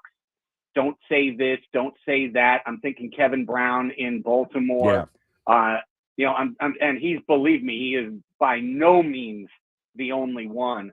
And instead of the legends, the Jerry Coleman, Vin Scully, Chick Hearn, Rick Jenneret, you know, who could rule the roost, you know, who are identified directly with the club and devote their life to the club to the point that you have these literal retire, die scenarios that seem to be a lot more common back in the day. Rick Jenneret, absolute legend. Every time we lose one of these great voices of the game, just know one thing, they'll never be replaced. Talking to our pal Craig Elsten here on Ben and Woods this morning, live on the phone. And Craig, I was curious. You and I had, you know, talk on the phone. We texted about this team quite a bit. Last night, I hate moral victories. I hate them. I hate them. I hate them. I hate them. It's still a loss. We needed that win. We didn't get it. The results were terrible, but the process was at least as good, if not better, than almost anything we've seen all season last night.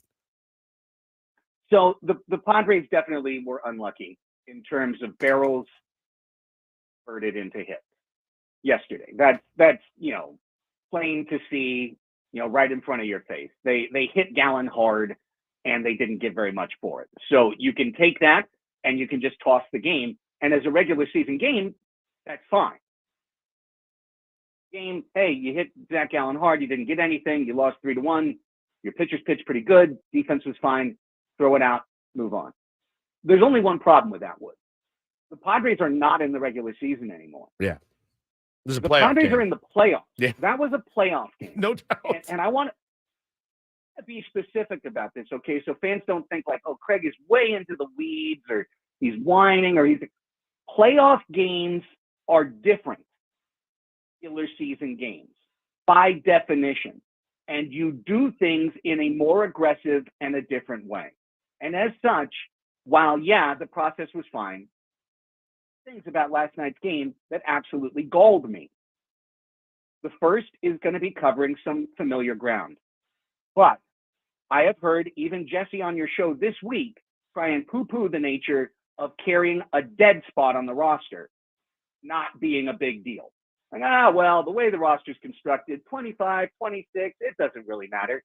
Well, guess what? Yesterday in a playoff game, you faced Zach Gallen, who is a great pitcher, who is a little bit worse against left-handers. And in his career, a little bit worse against left-handers than right-handers. You have a DH spot.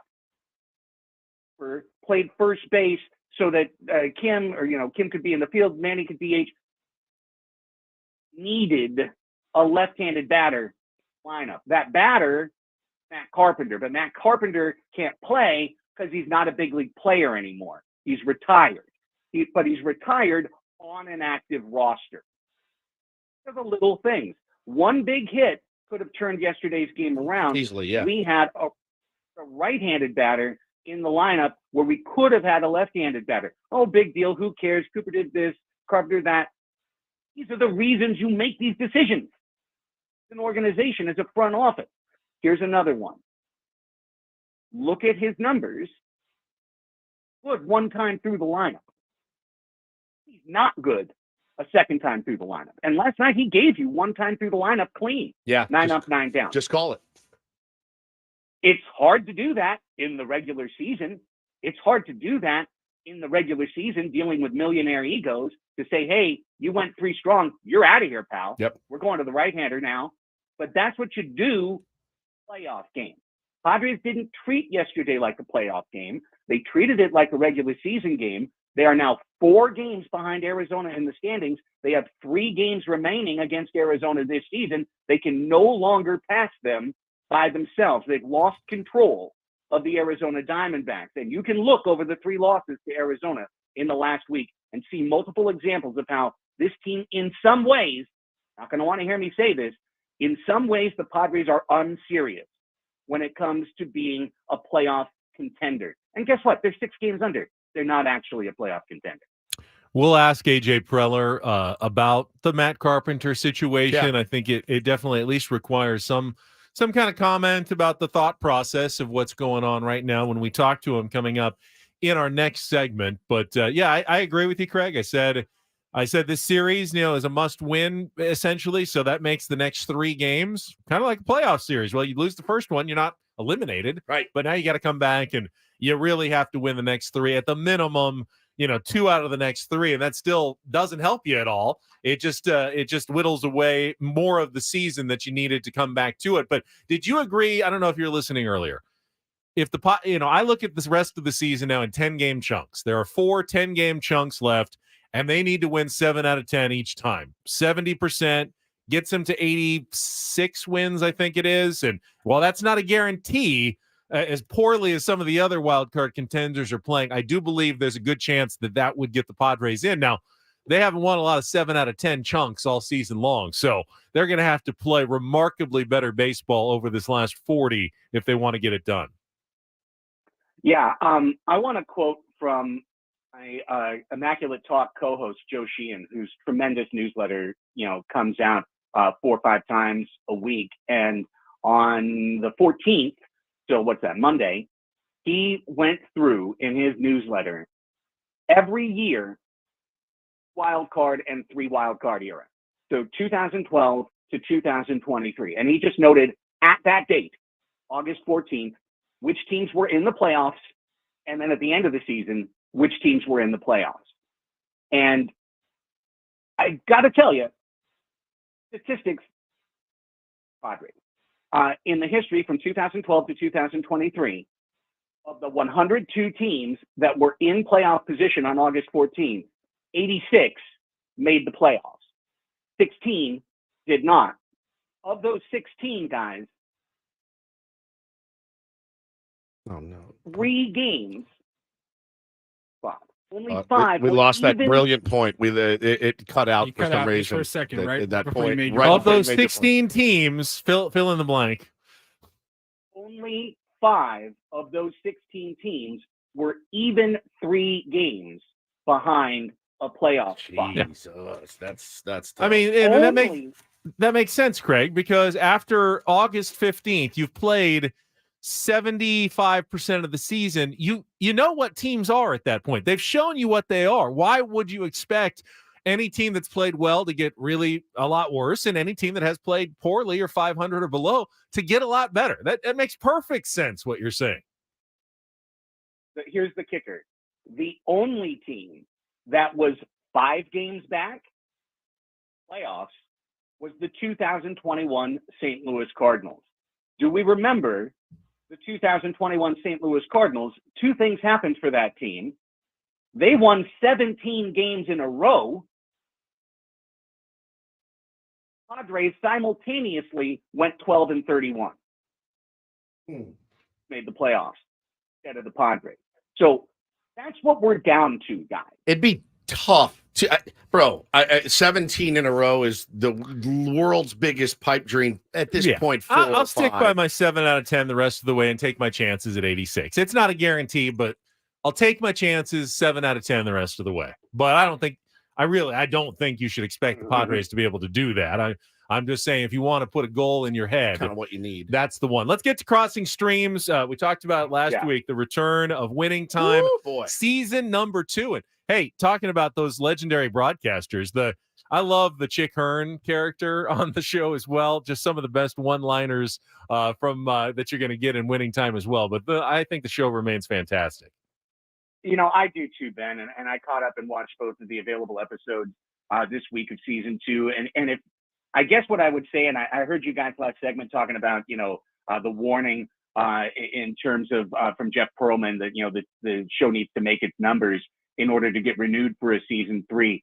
They were always going to have a tough go with this season because they made the choice to cover one season of Lakers basketball in that first year, 1979-80. And then this year they're covering 4 seasons in one season of television. This season 2 is really about the transition to Pat Riley. This is going to be Adrian Brody's season on Winning Time. But John C. Reilly as Jerry Buss is putting together a layered performance that is, I think, deeply, deeply underrated.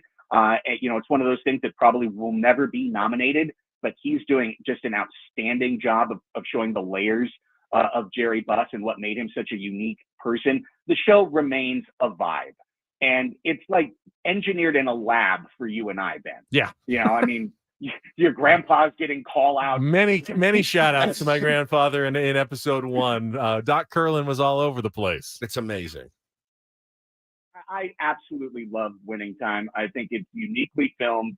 It's cheeky in the way it tells its story. And I find it utterly, this is a weird word to say, but I find it adorable. Like, it's just a show I completely love and want to luxuriate in every week when it comes on. Absolutely. And I couldn't care less about the Lakers. I didn't care less about the Lakers back then at that time. But the way that they do it, and I texted Ben and Paul, I said, I never really liked Adrian Brody at all until this. I love that man. He is brilliant in this show. And I am I'm now waiting by the phone on Sunday for it to load so I can watch it as soon as it comes out. It's really, really well done. I would hate to think that they can't keep this thing running, man. Yeah, me too. And I think it just takes, getting that finishing kick across the line. It was really hard to promote it, and is in a different time slot in terms of the year last year, coming out in the summer here. I think it's smart leading into basketball season. It makes a lot of sense, but maybe a little bit slow to pick up here. There's not a ton of original TV that's debuting right now, so give Winning Time another look if it's something that you maybe sampled in the past and let go. I think it's it's the kind of show that you can truly just sit back and enjoy and have a great time watching. Craig, appreciate it very much. It really should be called Showtime on HBO, but it's actually called Winning Time on Max. That's right. Craig, appreciate it. Thank you so much. Take care, boys. Talk to you next week. Craig Elsten appearing on our multiple times this morning on our Premier Chevrolet of Carlsbad fan hotline. Save money the right way with Premier Chevrolet of Carlsbad. Visit them today in the Carlsbad Auto Mall. Chevrolet, find new roads. Do we the echo problem? Any idea what was going on? No idea. We've got no idea. Back to square one. I want to replay it later. I know that. That's the only thing I do know. Yeah. So fantastic. Ben and Woods visit the Swiss Alps this morning with Craig Elsten on the radio with the echoes. All right, we will I know people are looking forward to this, as they always do on a Friar Friday. The general manager, the president of baseball operations, AJ Preller, he must have been tearing his hair out last night. You're waiting for your team to finally take a pitcher like Zach Gallen and just knock the ball all over the place with line drives, and he couldn't get him to fall in. Very frustrating, but there's also some questions about this team that need to be answered again as well. AJ will join us when we come back. Second half of Ben and Woods. That was a quick 2 hours right here on a Friday on San Diego's #1 sports station, 97.3 The Fan.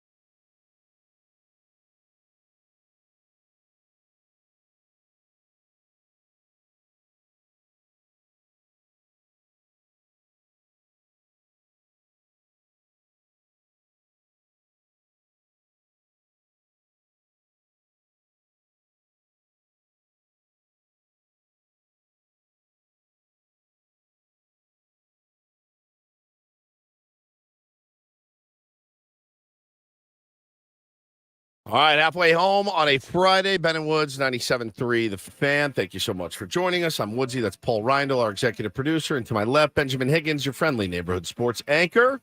And we are about to be joined by President of Baseball Operations, General Manager of the San Diego Padres, Benjamin AJ Preller. Yes, and then we'll give away a Ha-Sung Kim bobblehead later this hour. And we got Padres tickets to give away in our 9 o'clock hour, as well as we head toward 10 o'clock. And wrapping it up for the weekend. Going to go down to the game tonight. Feels very must-winish for the Padres at this point after the loss yesterday. Sure am tired of saying must win. But they all are must-win games right now. You know, you've got so it's Brandon. It's the same matchup as Sunday. Yeah. Brandon fought against Seth Lugo. Now, we were pretty upset with the Padres' lack of production against Brandon Fought the first time. I'll be even more upset now that they've gotten a look at him if they can't significantly improve on what they did the last time out. So, he was the one they scored early and three in the first, but then could not add on. And the dreaded Diamondbacks, 3 runs in the first. Rallied for that win. You can't do that. I mean, Seth Lugo's pitched pretty well. You're going to need another good outing from him tonight. Got to win this one, and then you go to the weekend with Yu Darvish on the mound and Michael Wacha coming back again, and hopefully still a way to come back and win this series against the Diamondbacks, because you can't lose any more ground. You really have to make up ground the rest of the way. But as you promised, we're going to go out to our premier Chevrolet of Carlsbad fan hotline on a Friday, and we're joined right now by the president of baseball operations, general manager for the San Diego Padres, AJ Preller. AJ, good morning. Good morning. Hey, we know sometimes luck is part of baseball. A game like last night, I mean, what do you do? What do you do? What do you do during a game like that when obviously, you guys are hitting the ball hard all over the place. You get some really good pitching performances, and the ball just will not fall in the outfield. Yeah, I mean, I think a lot of positives last night, and then honestly, I think that's you look at the approach, the swings, tons of hard contact. I think I think the part there is that we all know we do that and consistently for the next 40 games. We're gonna score a lot of runs, and we'll find the holes and get the balls either an inch fair or balls over the fence. But we do that the next 40 days. We're gonna score a lot of runs and then win a lot of games, honestly. I tweeted pretty much the same thing last night, AJ, but with the record being what it is, the sometimes languid offensive performances this season, it's kind of hard to, is it hard for you? Because I know it's hard for the fans. Is it hard to you to trust that approach and that, kind of grind it out mentality and make sure to barrel baseballs? Is it hard for you to wrap your head around that they can do that for the next 40 games? No, I mean, I think we, that watching that last night, I think we feel like that's what we're capable of, and getting there consistently, and really the conversation, hey, making sure from a mechanic standpoint, approach standpoint, what we're trying to do, team offense. I think we've shown it at different times throughout the season, but right there's a blueprint. We bring that tonight. I think good things are going to happen, and at this point, about 40 games left to go, a quarter of the way to go. There's still a lot of season left, and again, we swing the bats like that. We're gonna score a lot of runs. Last time we talked to you was right at the trade deadline. I know you were excited about those moves. Mixed results. Garrett Cooper's been heating up, but G-Man Choi on the injured list. Rich Hill is 0-3, even though he had some bad luck yesterday as well. Scott Barlow's had mixed results. What's your evaluation of kind of what you've seen from the new guys that you acquired at the deadline? Yeah, I think like you said, I think those guys are required, to add some depth and fill some complementary roles. We've gotten a couple big swings from Cooper. I think Ruben and Ben Fritz have done some things with Scott Barlow here recently. We've seen a velocity uptick, and his last couple outings have been throwing the ball really well. So expect him to be a big part of the pen here in the last month down the stretch. And again, I think we feel like, even going into the deadline, we have the pieces here to win. We have, it's going to really come down to, the guys that are in the lineup every single day. And I think with the trade deadline acquisitions, they're meant to, get up to speed and quickly and kind of complement what we feel like is a roster that's capable. Talking to Padres President of Baseball Operations, General Manager AJ Preller here on Ben and Woods this morning. And you know that this season's been tough.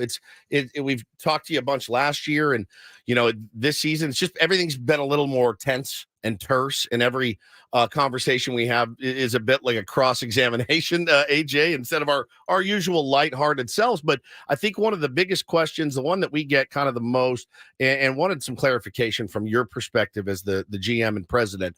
Matt Carpenter's situation. I think we all agreed.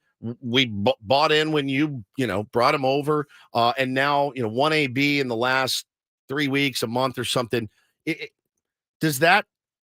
How do you justify that to the fan base that says, hey, we got 40 games left. Shouldn't we have a full, complete team that we're able to use? I mean, what is the plan, or what was the plan for Matt Carpenter, and what happened?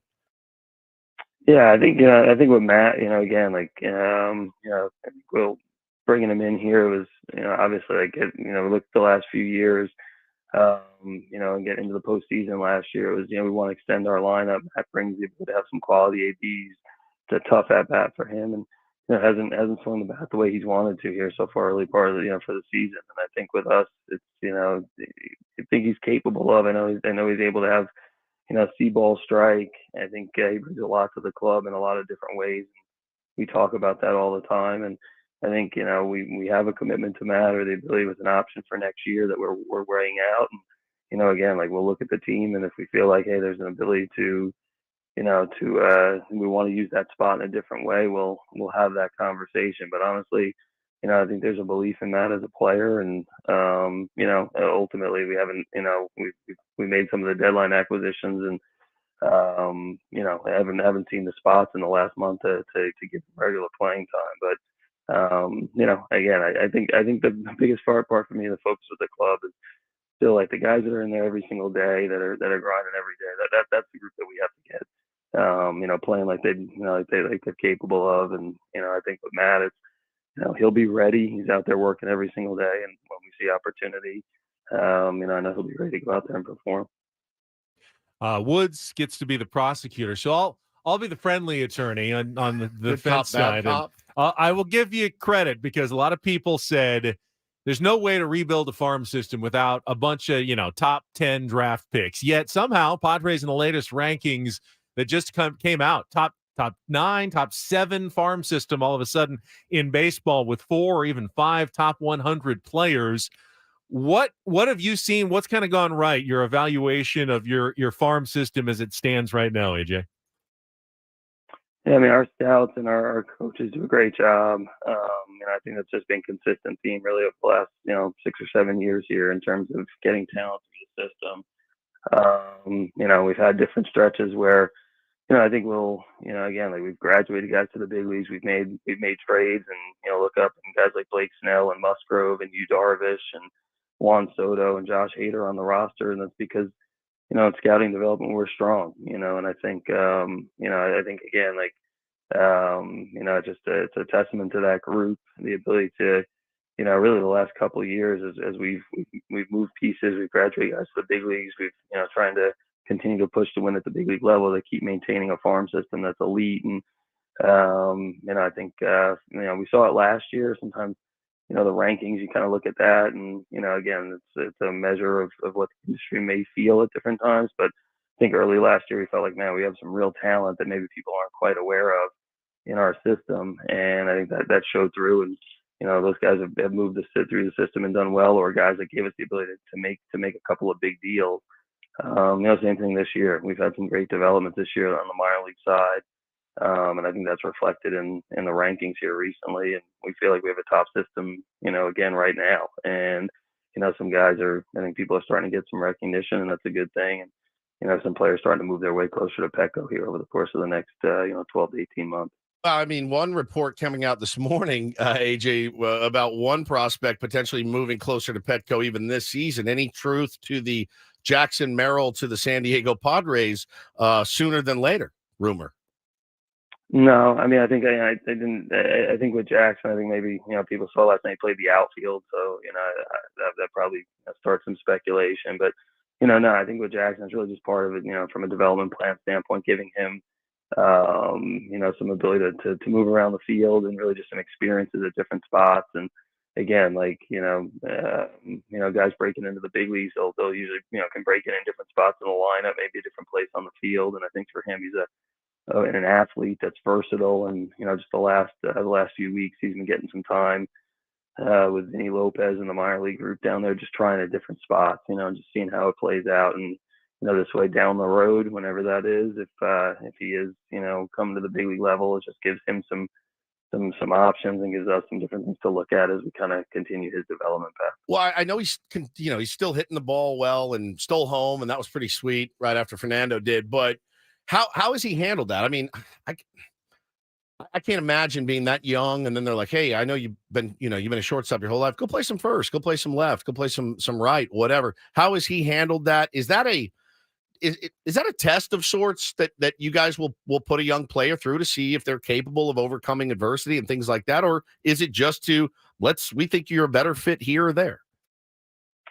Yeah, no, I don't think he or we see it like as adversity. I think it's more just opportunity. And he's played other spots. He's been on summer travel teams and played with other elite players and and played different places. I think in the draft, I think we looked at him as a shortstop, but really it was his bad athleticism, makeup, and from a defensive standpoint, we looked at him and said, he's going to be able to play a lot of different spots. And again, when you have somebody that's talented and can play shortstop, it's a quality thing. And then also the ability to move around the field. So I think from his standpoint, I think he's as an opportunity. He always is looking for challenges. He's wired that way. And I think we've done our staff has explained it to him as far as, let's see what how you handle some other positions.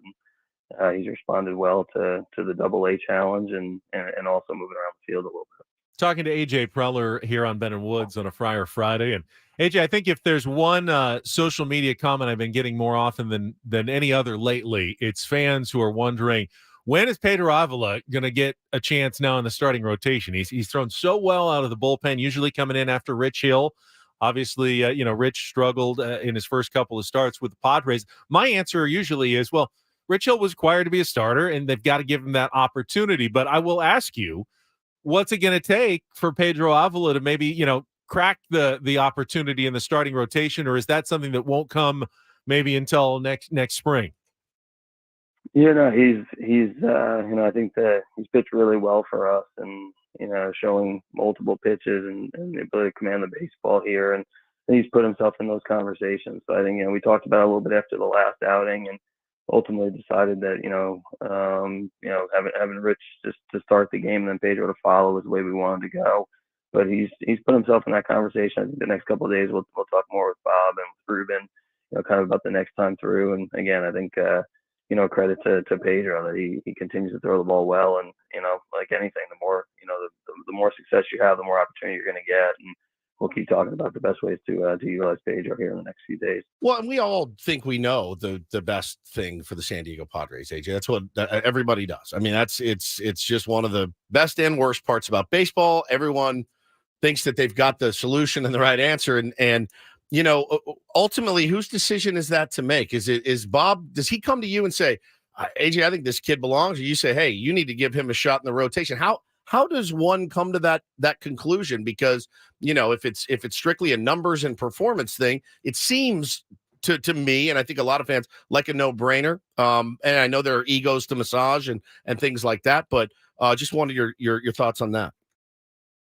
Yeah, I mean, we'll talk, all the time about myself, the coaches in terms of, best way to utilize the roster and what it looks like. So, I think, again, like we'll have those conversations, that had them last week and continue to have them in the next couple of days. And ultimately there's a lot of factors at play, and I think, the number one factor is, hey, what do we feel like is best to go win the game and go play really well here in the next 40 days and try to get a wild card spot. So, again, that'll be no different. We'll sit down again the next few days, kind of talk about, hey, where we're at, roster wise, restaurant wise, everything, what we feel like we need to do and, make a decision here on the best way to utilize Pedro. And last one for me, AJ, do you feel like, or can you comment on the team's urgency and your manager's urgency. We just had Craig Elsten on. He was talking about kind of, these are playoff games and there aren't,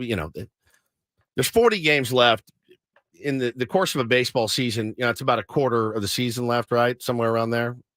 Quarter of the season. So, yeah, I mean, it doesn't feel like there's that many games left. That being said, do you feel like that the players are playing with and the manager is managing with enough urgency to get us where ultimately we need to be? And that's, at this point, getting a wild card and getting into the playoffs and trying to do some damage. Yeah, I think that's a good way to phrase it in terms of 40 games left, and I think in terms of the urgent, kind of playoff style baseball, I think I think the way for us to look at it, these last 40 games, to treat these games like playoff type games, and I think one we're going to need to do that if we're going to make up the deficit and get into the playoffs. And I think the second thing is, we get into the playoffs, we should be battle tested because we've played that style of baseball here down the stretch. So we kind of put ourselves in that position. And I think, just like you guys were mentioning, I think that's probably the way that we've talked about it here internally. And, again, like that's what we're going to need to do if we're going to put ourselves in that spot here in the next 40 days. Just out of curiosity before you go, I know you can't control the weather, but there's a hurricane barreling down on San Diego and a really good chance you might face a rain out possibly on Sunday. That does impact, though, your kind of roster decisions and your pitching matchups. Have you put any kind of advanced thought into that and any, things that you can share with us about potential plans for makeup games and what you might have to do if that does happen this weekend? Yeah, I mean, we've already had conversations. Obviously, us and the league, we're monitoring what happens from the weather standpoint, which you don't usually have to worry about in San Diego. So I think we'll be aware of it. It's again, I've got different plans there going forward, but I think it's one of these. We'll get into the next couple of days and let everybody that's tracking track, and we're just focused really on tonight and go from there. It's just been a weird season for sure. I mean, this is just another weird thing and in a weird season, but it's not over yet. And we wish you, AJ, and the team best of luck in these last 40. Still at that time to go on a run, and we're cheering for you. Thank you so much. I appreciate it, guys. Thanks. All right, AJ Preller, President of Baseball Operations, General Manager of the San Diego Padres, on our Premier Chevrolet of Carlsbad fan hotline. Save money the right way with Premier Chevrolet of Carlsbad. Visit them today in the Carlsbad Auto Mall. Chevrolet, find new roads. Very interesting answer to what you just asked him at the end, Woods. I want to talk about that when we come back. Somebody needs to get him a lozenge. Talks a lot. I bet he was shouting during that game last night. I would if I was the GM. I did. It's like, I'm not the GM. No, I get another line out of Tommy Pham. Mother.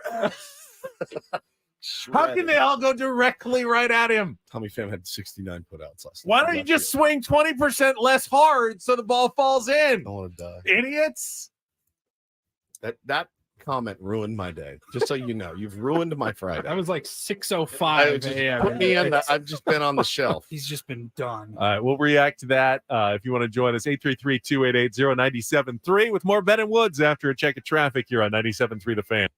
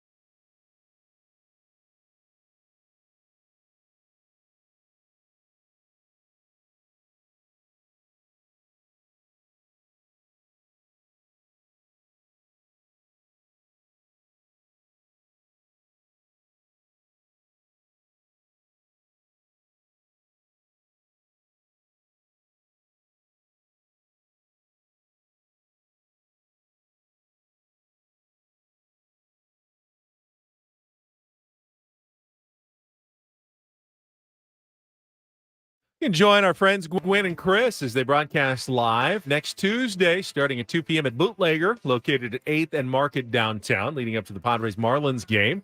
They'll be giving away tickets to the Padres, SeaWorld, and to see Darius Rucker at Gallagher Square. It's all brought to you by Coors Light, keeping San Diego chill.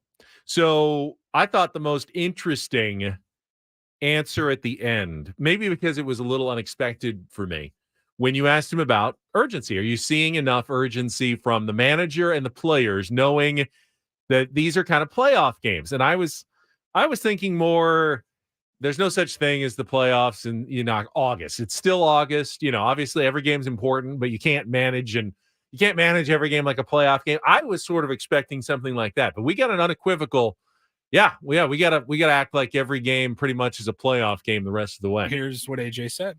Yeah, I think that's a good way to phrase it in terms of 40 games left, and I think in terms of the urgent, kind of playoff style baseball, I think I think the way for us to look at it, these last 40 games, to treat these games like playoff type games, and I think one we're going to need to do that if we're going to make up the deficit and get into the playoffs. And I think the second thing is, we get into the playoffs, we should be battle tested because we played that style of baseball here down the stretch. So we kind of put ourselves in that position. And I think, just like you guys were mentioning, I think that's probably the way that we've talked about it here internally. And, again, like that's what we're going to need to do if we're going to put ourselves in that spot here in the next 40 days. Yeah. I mean, you're also, you're at this point though, who cares? Like if they're fried the next 40 days, they make good money to get fried and worked hard the last 40 days. Guess what? If it doesn't go well, they'll have months off to relax and recover. That's exactly right. I mean, this is the definition of put up or shut up. Now, they should always be trying as hard as they can. But for me, playoff baseball, what does that mean? How is that different in your mind? For pitching, it means the leashes are extremely short. I agree with that. Knowing, because there have been times that I've defended Bob Melvin and the staff for saying, it's Suarez's inning. He's not 100%. He doesn't look like he's 100% locating, and his stuff isn't exactly what you want it to be. But it's his inning. Let's see if he can get out of it, right? Let's see how he reacts. We need him down the stretch in that 8th inning. And, you leave him in one batter too long and it happens. But I think now there's got to be, I think a quicker hook is necessary. But again, if you're Bob Melvin, your quicker hook, who do you go to for your quicker hook? That's ultimately been the issue all year. Like, okay, I can make a move.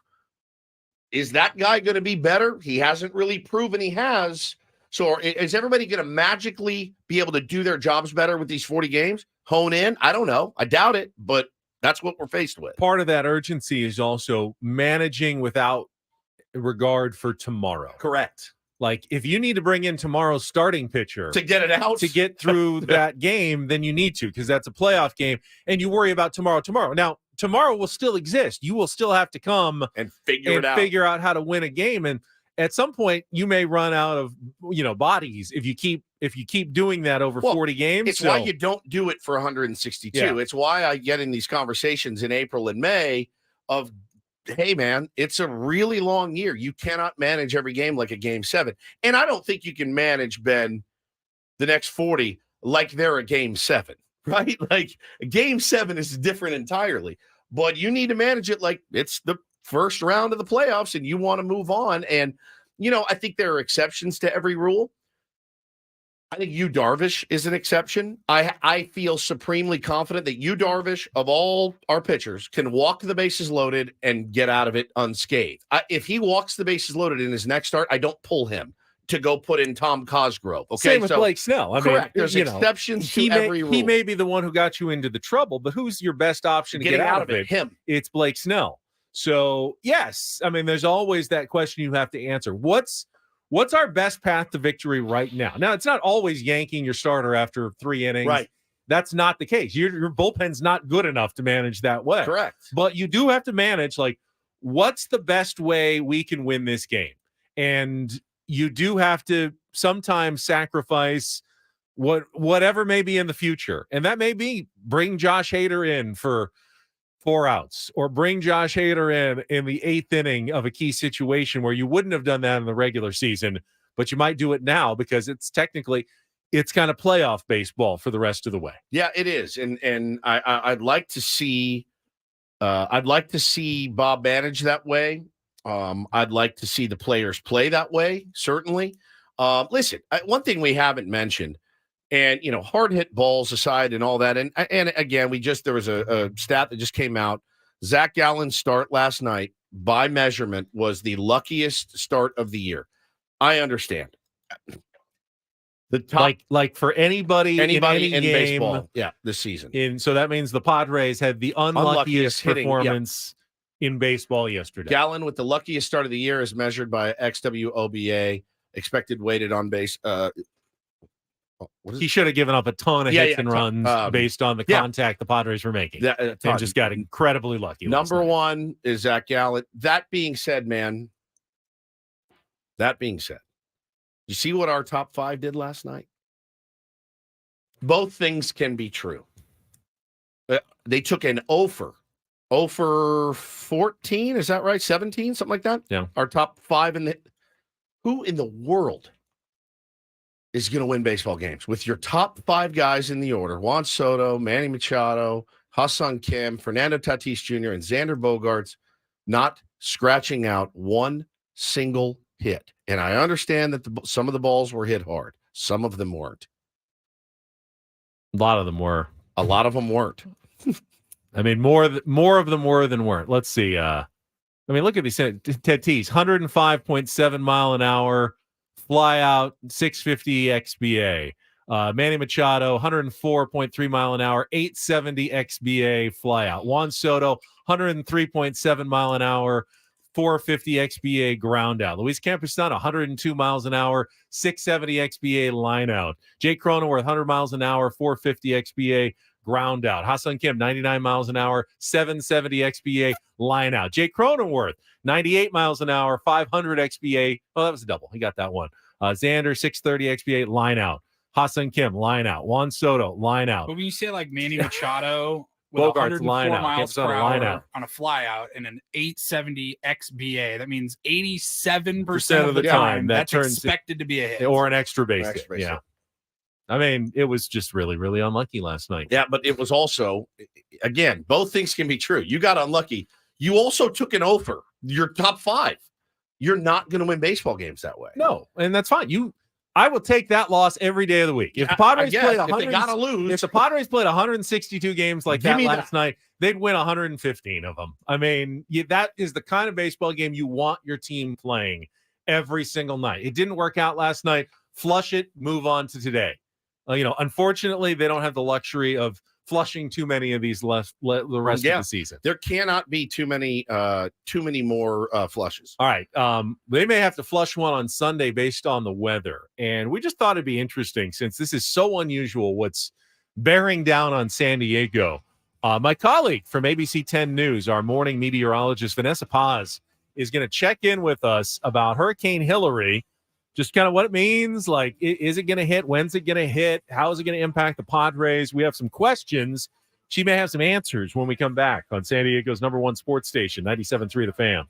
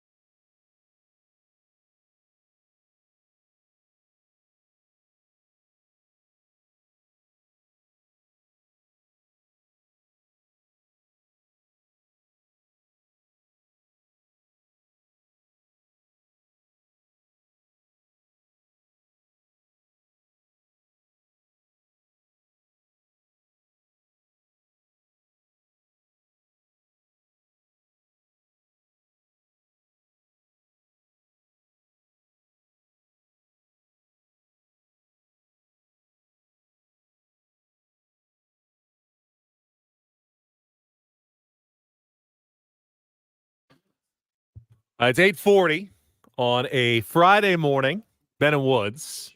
And if I look out our windows, we're up here on the 6th floor of our Odyssey studios.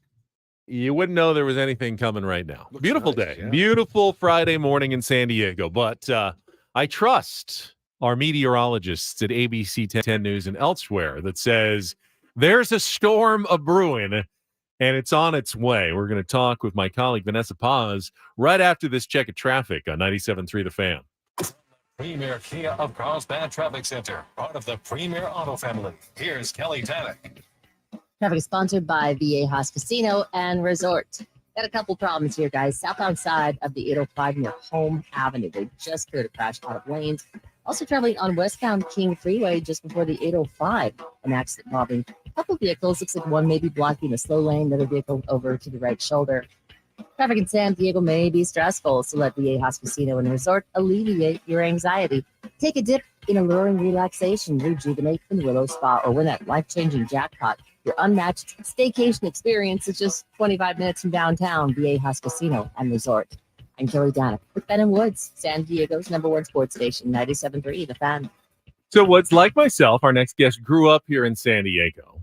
And neither of us has ever seen a hurricane or a tropical storm because they haven't happened in over a century for a hurricane and over 80 years for a tropical storm. But we could have one coming up. And joining us right now on our Premier Chevrolet of Carlsbad fan hotline is my AM colleague from ABC 10 News, meteorologist Vanessa Paz. Vanessa, we don't cross paths much at work, so I do appreciate you joining me on the radio this morning. Yeah, my pleasure, Ben. Thanks for having me to talk about this very significant storm system that's headed our way. It seems to be the hot topic, I know, on a lot of people's minds as we inch towards the weekend. So it is right in time for the weekend, as I know a lot of activities, including Padres games, are happening. So thanks for having me. Now, my wife's father was at a time a meteorologist, and I asked her this morning. I said, "Would your dad get super excited about things like this?" And she's like, "Not really, because nothing really ever happened." I said, "Oh, that's a good point." Yeah. Now, for you, this is like the Super Bowl and the World Series kind of all rolled into one. It really is. I was actually just texting our other meteorologist, Megan Perry, and just talking to her. She's on maternity, as you all know, and she's like, "Oh, it's got to be so crazy for you right now." I said, "Yeah, but it's fun. It's definitely everyone's on their, keeping everyone on their toes with this system here." And I'm getting multiple messages about, should I be worried about this? And I'm just going to jump right into it. As you guys know, the tropics, picture perfect example of it was the hurricane force winds in Maui, which caused, of course, those detrimental wildfires. The tropics have been very active this season with hurricane, tropical storms, and it's mainly because of those really warm waters that we see closer to the equator. It's basically a breeding ground for tropical storms, and right now there are a few that we've actually been keeping our eye on, including Fernando and Greg.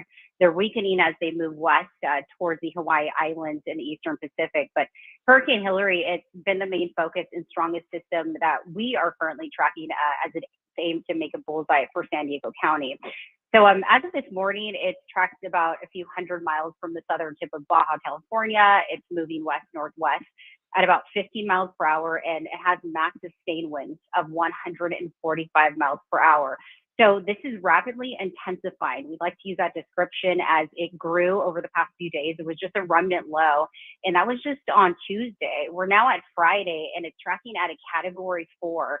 So it's also what we like to describe as a young and healthy system. So as it turns off the Baja Peninsula, and that's currently its path, it'll weaken to Category 3, then to Category 2 as it enters cooler waters, which is typically around that 80-degree or so range and below. But it's still going to pack a punch in terms of winds and moisture, as we all know hurricanes and tropical storms do. It's basically just packed with warm, humid, rising air. Now, despite the center of the storm not reaching landfall until Sunday, San Diego County and parts of northern Baja will start to feel the effects of the outer bands of Hurricane Hillary. That will be in the form of high winds and heavy rain, and that will happen as early as tomorrow afternoon. Now, it looks like Saturday, the mountains and deserts will get the most action in terms of isolated rain, thunderstorms, and gusty winds, while the coastal and inland areas will really start to see those clouds beef up, and some of those clouds could actually potentially squeeze out some light shower activity. And then by Saturday in the late afternoon, some of that instability of precipitation could spread inland along the coast, producing showers and heavy bands of rain, which of course could be a really big concern for those folks who are headed to East Village, the gas plant, for the Padres night game. All right, so then as we head into the late hours of Saturday, the tropical storm will continue moving northward. It will still weaken as it's on its way to make landfall in northern Baja, right at the tip of the Mexico-U.S. border. And this is when things start to get pretty exciting, ramped up in terms of gusty, damaging winds and heavy rain. We'll start to see the winds pick up, exceeding close to 50 miles per hour. And those are also known as tropical storm force winds. So that's pretty rare because we usually see it weaken to a post-tropical storm with the wind significantly decreasing. But we're looking at, again, influx of winds, the high winds, as it inches closer to San Diego County. Vanessa, can I jump in for just 1 second? Yeah. First of all, course, you can tell of she's course. a great meteorologist because yeah. she talks in like 3 to 4 minute chunks without stopping, cruising. which is what you're supposed to do on television. But I want to ask, is that obviously it's looking like Boulder. The Padres game on Sunday, very unlikely that they'll be able to play that, right? The Padres, very well that they will be able to play it. Is that On what you're Sunday. asking? Will not Sunday, be able to play on Sunday. Will not be. Afternoon. It will likely be a rain out. Okay. Correct. Wow. Yes. Okay. That's when the brunt of the storm will occur on Sunday. And now what are the I know you talk about your different models, like they change sometimes. Mhm. Like what are still the chances it could turn and miss us, or is it almost certainly gonna kind of hit us right now? So we have several models, right, that point the potential path, and it's what we like to call the cone of uncertainty. Right now, there are models that are aiming for the path to follow a little more westward, meaning that it would make a bullseye for areas like Long Beach, more towards, or even a little more westward, aiming towards Santa Barbara. So if that were to happen, then it decreases, right, the rainfall totals for San Diego County. Then we have models that are allowing it to veer more right, east, towards the desert areas, which will mean less rain for the coastal and inland areas. Again, as we inch closer to the weekend, we will have more of a precise path of Tropical Storm Hillary, but as of right now, it is aiming right a bullseye for San Diego County. But of course, that could change. If you recall, last year we were tracking Tropical Storm K that was also aimed to reach San Diego County, but by the time it entered those cooler waters, it actually kind of set parked over the coast and then it moved westward. But we still felt the remnants of it in terms of gusty winds and heavy rain. So yes, this could potentially change in 24 hours. As you know, weather systems can change anywhere from a minute up to 15 minutes. It could change dramatically. So we'll continue, of course, to keep our viewers, listeners updated with its path. But as of right now, it looks like it will pack a punch, even if it does veer more to the west or more to the east. A fascinating weekend coming up here. I know it's all hands on deck at the TV station. Vanessa, I'll let you get back to it. Really appreciate it. Thank you so much. Yeah, thanks for having me. That's ABC 10 News meteorologist Vanessa Paz, my coworker. Grew up here. She went to Hilltop High School and now, just like me, getting to broadcast on our local ABC affiliate.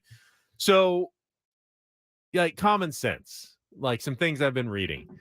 Don't park your car under a big old tree, this weekend. If you can, put it inside in a garage. I know not everyone has that option, but build a garage quickly. Build a garage quickly. but 24 hours. But like, if you have the option of parking, Noah built an entire ark, under a tree so- or not under a tree, go with the not under a tree If option. you're driving through Mission Valley and that river floods like it will, don't drive through it. Don't try to make it through it. It's not going to work out. Turn around, go around. Don't drown. Drowned. Well, it rhymes with around. So I like Ben just cut her off mid-sentence. Well, like like your father-in-law, they get going. You wind them up. They can talk weather forever. They know how Paul and I feel. You know what I mean? Seriously, that's how me and Paul feel sometimes. Most mornings. So good. But the job is essentially, they get a 3-minute segment. You gotta and go bang it out. No one's like Q&A, and it's a monologue, and they're talking to the viewer, and they're pointing at their maps, and they're transitioning from one slide to the next and discussing. fantastic. She's terrific. Oh, no, she was going. But I knew she had to get back to work as well, so I didn't want her to feel like you have to fill the next 30 minutes here on the show. So I wanted to give her an out. So, how many precautions are you guys going to take? I don't know. I mean, I was talking to my wife. I'm like, she's like, I don't even know what your Monday commute's going to look like. It's going to be just a torrential downpour. I know. Oh yeah. I know. Our engineers sent out an email yesterday, like, hey, we're putting plans in place for if the power goes out. Monday off. I am going to How try you guys can do to your shows and all of that. clean out my rain gutters a little bit later are? today. Yeah, just get some of the leaves that have fallen in over the last couple of months out. My wife's listening. This is what I'm going to end up spending my Friday doing. We're usually pretty fortunate that we don't have too many low-lying parts of our house, so most of the water flows away. We're more up on a hill, so that's good. But there are big trees around our house, and that is definitely a concern if the winds are as intense as they say they could be. I have the kids sleep with Hannah on Saturday while I'm gone. So hopefully everybody's okay. Take whatever precautions that you feel are necessary. Like I said, I'm going to clean up my yard, get everything that could potentially blow around, break windows, things like that. I doubt very much we'll be boarding up any windows or anything, but I would hate to be underprepared in a situation like this. And again, I don't want anyone to just cancel their plans because, as Vanessa said, the storm could turn track toward more like Yuma and Arizona, and then we may not get a ton of rain on the coast. So if that's the case, might be able to play baseball on Sunday. But if the forecasts continue to progress as they're looking right now, seems very, very good chance that Sunday will be a washout of the last game of the series against the Diamondbacks. Because I wonder if Monday night's even in jeopardy if it's just that wet. I mean, yeah, how quickly can they get the field? They'll put the tarp on, obviously, and try to keep it as dry as possible underneath. But if you get 3 inches in, one storm, that's going to cause problems anywhere in San Diego. And how much water can they really get out of the ballpark if it does? I mean, if it rains all day Monday, and even if it's clearing up by Monday night, it might be tough to get that game going against the Marlins. But we'll see. AJ said they're already talking to Major League Baseball about potential contingency plans. Doesn't sound like they want to do the preemptory doubleheader tomorrow. I can't decide what would be better for the San Diego Padres right now. Doubleheader tomorrow might be tough because you'd have to do a bullpen day essentially because you don't have a day off, or a starter on 3 days rest, but you would have Sunday off. Well, yeah, but before the last 5 days, you've had 5 starters. So you wouldn't have a second starter ready that was supposed to start on Sunday. Monday's starter would have to go on 4 days rest. 3 days rest if they were going to go, or you'd go with the bullpen day. However, I know at least going into yesterday, the Diamondbacks bullpen was really in tough shape. They were able to get through it without their Seawald, their closer, being used, but I know they weren't in great shape either. So I don't know who has the advantage if you did a doubleheader tomorrow. But that's baseball. You never really do know that. Yeah, and what would be better? The end of the season type scene. I mean, you could wait until that last Thursday. Who knows if the game would mean anything at that point for either team? I know. Or it could be the most important game of the season all of a sudden. If both teams were still in it, and you had an extra one game against Arizona on that last Thursday before you go to Chicago to finish against the White Sox the last 3. Oh my God. I mean, there's a lot of options and contingencies that'll have to be discussed if they don't play that game on Sunday. Yeah, somebody made a good point in the chat. People have a hard time even just driving in the rain here. So throw in wind, 50-mile-an-hour winds, and Yeah, I think it is recommended if you don't have to travel, don't plan on driving. I know you're supposed to go up to LA this week, and hopefully you'll be back before things get too bad, maybe, or whatever you can do. But yeah, it's definitely a concern, this weekend for sure. And just everyone be safe and make good choices and don't hang out under big, tall, rickety-looking trees. Yeah, especially in big winds. If you see hard winds coming, stay away from windows. I mean, we're not used to things like tornadoes and hurricanes here, so definitely not. We're not that common sense that you probably think. You got to just stop for a second and go, "Is this a good idea? What we're doing right now?" And we'll see how bad it gets. But I thought it would be interesting to talk to Vanessa this morning and just get her thoughts on what we're facing. All right, we'll do a Reindl report. I still want to talk more about the AJ Preller interview, and I want to talk about his answer to the Jackson Merrill question. There's a lot more to unpack from that, so we can do that after we want to do that after the Reindl report. Yeah, All that right, works. we'll do the Yeah, round of that's report. perfect. After Yeah, that. we got some time in our last hour. Take some phone calls, maybe even as well. 833. Oh, by the way, speaking of that, you want to call in and win a Ha-Sung Kim bobblehead. We've got another one to give away. The giveaway night is on Tuesday. You can get tickets at Padres.com/tickets. Get in, get your Ha-Sung Kim bobblehead with removable helmet, or win now. 833-288-0973. Call fast. We'll make it the second caller. 833-288-0973. Back with the final hour of the week of Ben and Woods next on 97.3 The Fan.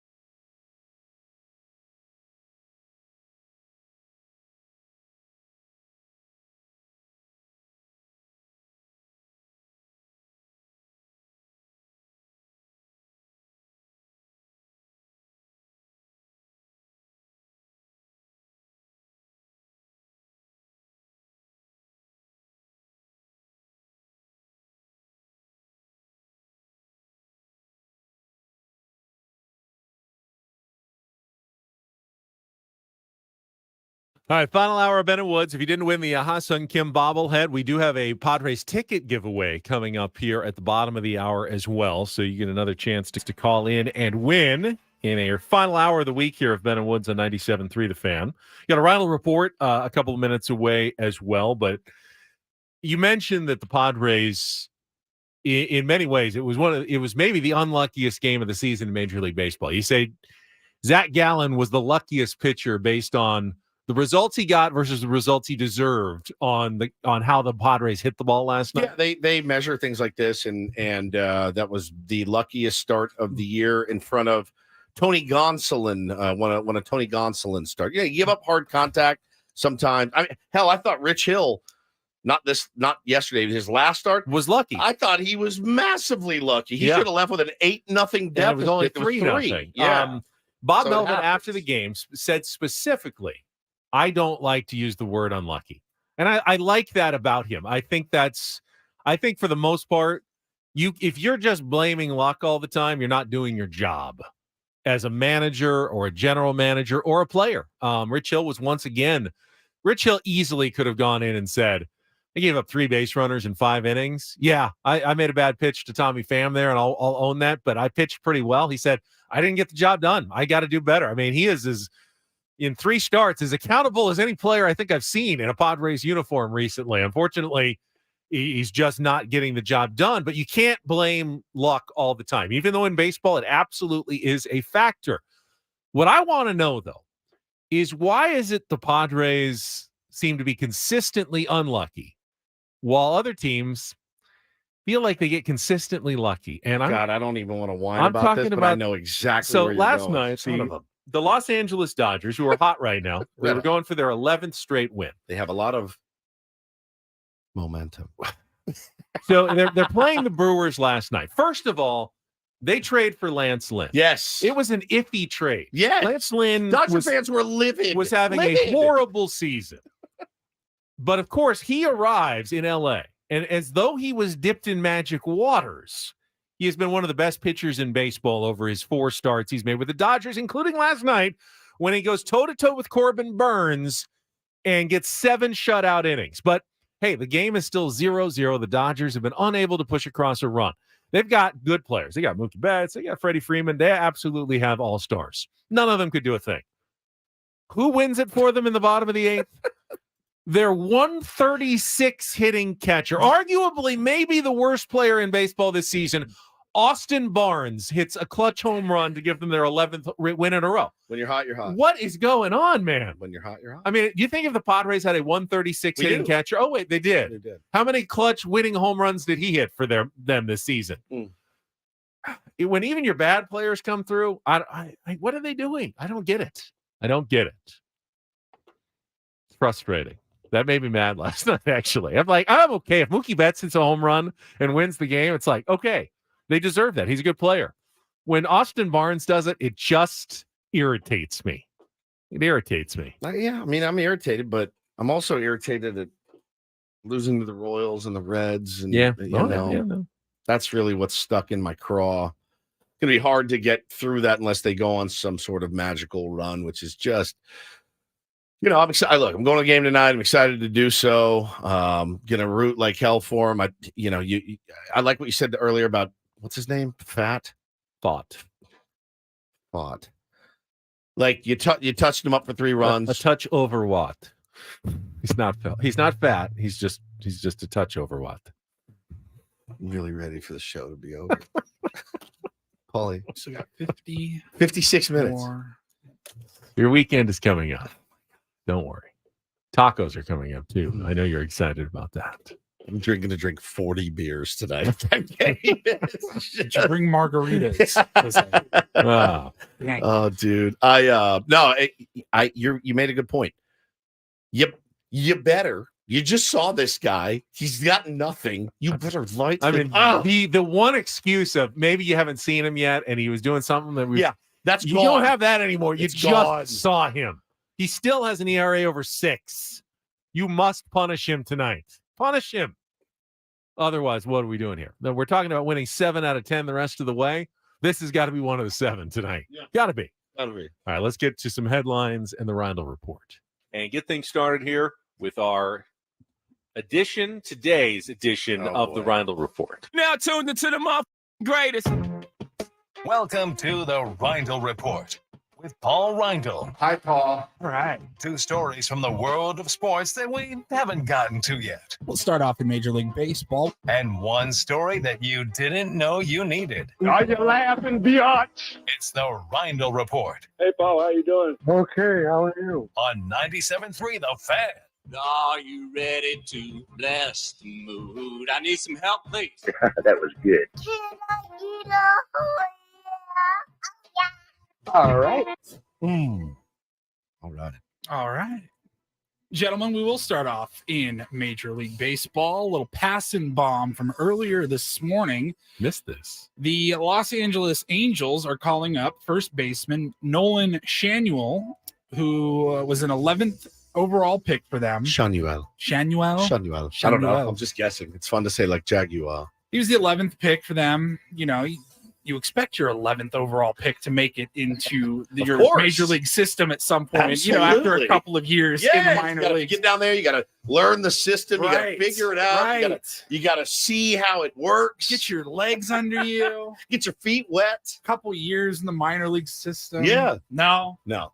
He was drafted this year. 6 weeks ago. 6 weeks ago, he was drafted. Wow, he was dude. in Double-A, and he's 21 years old. He hit in 21 minor league games. His slash line was 370, 510, and 493. And they said, Game 2 he's easy. ready. He's ready. He's ready.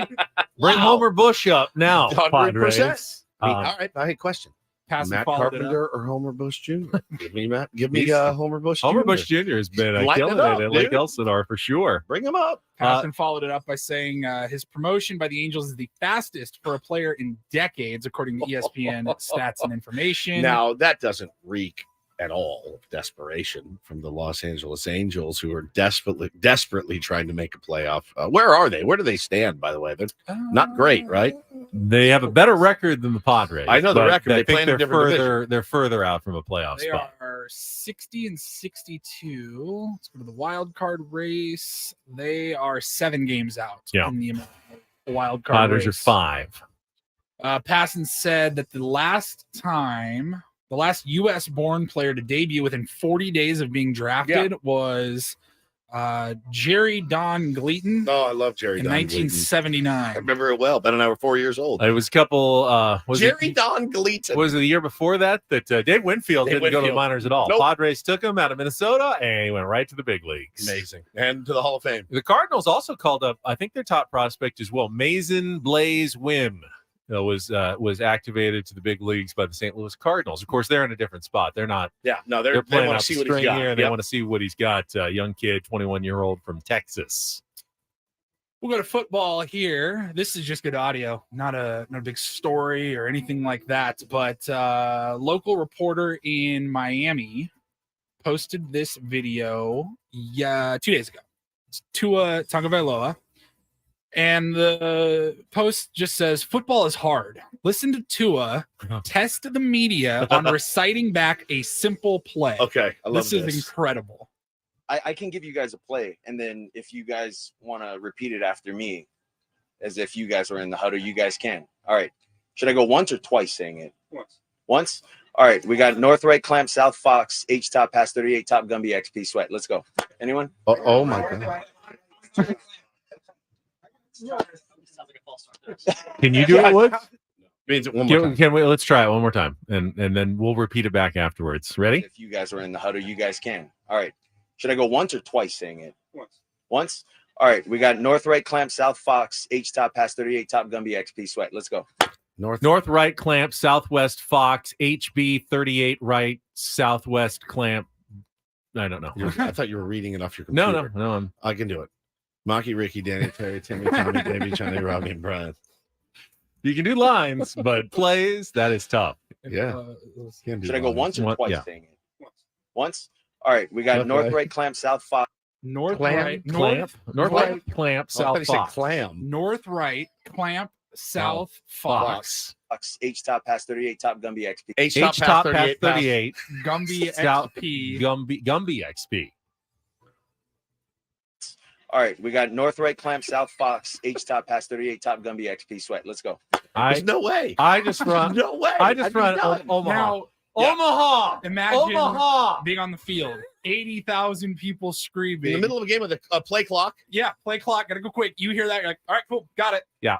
Can you repeat the 11th thing you said before we snapped the and ball? also, it's hard enough for him to say it, but then the other guys got. You ever see in the NFL too? They'll have like a couple of guys kind of lingering. There's a huddle, and there's like a couple of guys lingering outside, like half head in. Yeah, just And I'm like, bro, I would be like, I would be so locked to be like, I'd have the arm pad. I mean, he reads it off his thing, doesn't he? Some guys like walking up next with you, like, you see that guy holding me? Shut up! I need to hear this. It's way. That's a ton. That's a ton to Isn't learn. that crazy? Yeah, just hit the playbook, bro. Okay, I did for that's 2 days. They said that is one play, and that is one of their simple plays. I mean, Good what's the Lord. playbook got? 1,000 different plays? The thought of it gives me such they're massive So anxiety. it's usually designed, you'll have a certain set of formations. That'll be like the first thing, and The then north, right, and then Gumby. they train. They like a tree. The Goes branches outdoor go off or of each out, play right. into 40 different directions that you can go on every single play. Like I think 45 could mean we're gonna run it between the fourth and fifth guy on the line. Yeah. Or, I don't know. But you can't be obvious because then the defense will figure it out. So you got to be tricky about it too. Mother of God.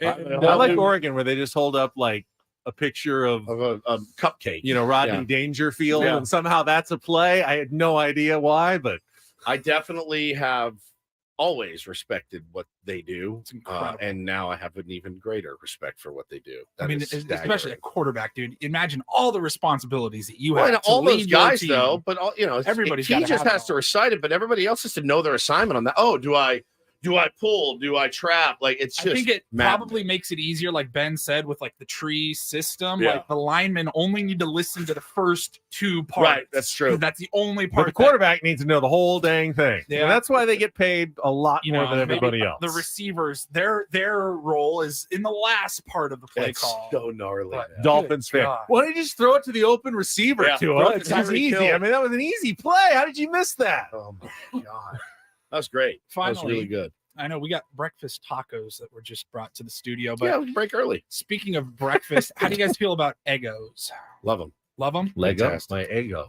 Eggo is coming up with a new liqueur. Ooh, Eggo teamed up never with mind. Sugarlands Distilling, and they've launched their new liqueur called Eggo Brunch in a Jar Sippin' Cream.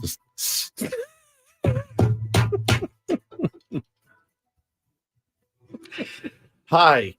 Yes. No. It's Can you great do to be your here. endorsement right Can now? I get? I'm gonna get you. How many you want? You want one, Bob? All right. We got 3 We got shots. 4 shots of the Eggo liqueur Brunch in a jar sipping cream, please. Sipping cream. Hey, it's Ben and Woods here for Sippin' Cream. When I want to sit down, When I want cream and have and I want rich to sip it. heavy When I glass don't have time for breakfast. of cream, but I kept thinking, boy, I wish there was alcohol in this heavy glass of cream. I go with the Eggo Your wife, Bunch in a Jar Sippin' Cream. you come home from work after a hellishly long day. You're like, where the F is my Eggo sipping cream? I just pictured it being like batter, just liquor batter. So it's a Filthy. Order that at the Goat after a round of golf. Want a beer? No, do you have that Do you have a Eggo single- waffle in a jar? some Bunch sippin' in a cream on the sippin' rocks? cream? Bro, that is. It's And I- 20% alcohol, I gotta 40 try- proof. I got to try it. Seamlessly blends the flavors of toasted Eggo waffles, Okay. sweet maple syrup, and rich butter with a hint of smoky bacon. Imagine I mean- that hangover. I mean, dude. I could see maybe putting like a little bit in some coffee, Yeah, sure. but absolutely. like actually sipping the cream. Have you ever had like Bailey's on its own, like Yeah, not it's in not coffee? good. It's not good. I sometimes just put bourbon right on my waffles, and just when I need a little pick me up at breakfast. That is just incredible. Some of the logic behind this from Eggo's perspective was they know how difficult it is to be a parent dealing with Okay. constantly changing schedules, household errands, family outings, etc. They wanted to create something that can help those parents find moments they can savor for themselves. Yeah, I was such a bad dad, but then I found sipping cream. My wife and I had been really wanting to get diabetes together at the same time, so we bought a whole trough of Eggo sipping cream, and now We get our blood Our pressure family has never monitors. been happier. Has anyone seen the kids? So stupid. It is. It sounds like something that like Bo would get drunk on for his first time at 14. I just pulled up the website here. You can find where they're located. There's plenty of places to find it here in San Diego. It says 1 ounce of Eggo brunch in a jar, 2 ounces of rum.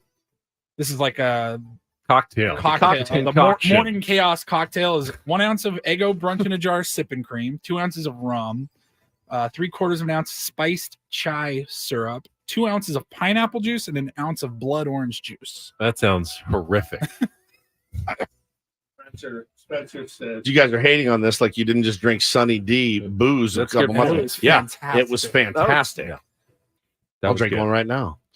We're going to take time out. We'll come back. If you want to join us, talk about that AJ Preller interview from our last hour. We have some time for calls. 833-288-0973 while we munch on some homestay breakfast tacos this morning. We'll tell you about those as well. When we come back with Ben Woods, check traffic and return here on 97.3 The Fan.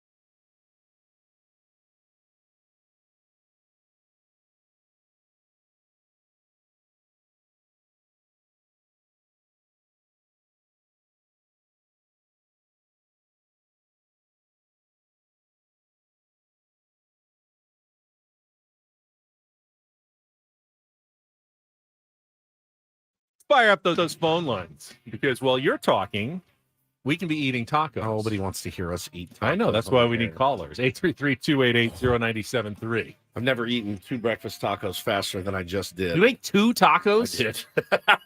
Wow. I did. I'm impressed. Well, you had a spot. I didn't. That's true. So I got to work one in, and then we had one together. Dang, those are good. Home State brought us. Eat tacos today for tomorrow. A hurricane may hit San Diego. You never know. That's exactly right. What could be in the future? The breakfast taco scene has arrived, and it's Home State. No, she's I'm here for it. They're ungodly good there, and they take such good care of us. So thank you guys so much, Jose, for bringing those in. They brought their taco box. catering It's like their box. catering box. I mean, seems like a pretty good idea if you've got like a morning, whether it's at the Hangover. office. Well, no, I You mean, drank too much if you want to Eggo, bring it into sipping the cream. office, or Yeah, yeah. if Oh, you it's want huge. people over for brunch, either way, it seems like it would work really well.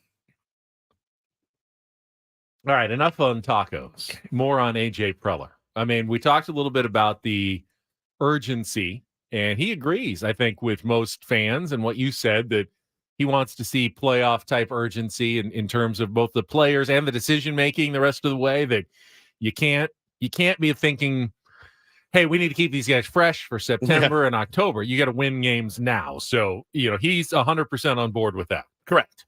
I did ask him about the Jackson Merrill rumor that came out this morning. Dennis Lynn posted a piece in The Athletic talking about what Dennis Lynn himself called essentially not a reckless move per se, but a surprising move. That would be a surprising thing to bring up Jackson Merrill. And it didn't sound like to me, look at what the Angels are doing. They're bringing up their guy they just drafted who's just tearing it up, but only after a few weeks, 6 weeks, I think, Ben. And I don't know what that would do to a player or how detrimental it could be or how positive it could be. I just don't know. But we saw what happened with Ryan Weathers, and when they brought him up, probably a skosh too early. Well, people have been wondering, why are you playing Jackson Merrill at shortstop, continuing to put him at shortstop when you've got multiple shortstops? Ha-Seong Kim, Xander Bogaerts, Fernando Tatis Jr., Jake Cronenworth. The last thing you need is another shortstop. Why aren't you playing him somewhere else? So when they moved him into the outfield this week, it probably raised some, alarm bells like, oh, they're moving him to give him some experience so they can call him up. But AJ definitely tamped down the notion that Jackson Merrill would be up here this season.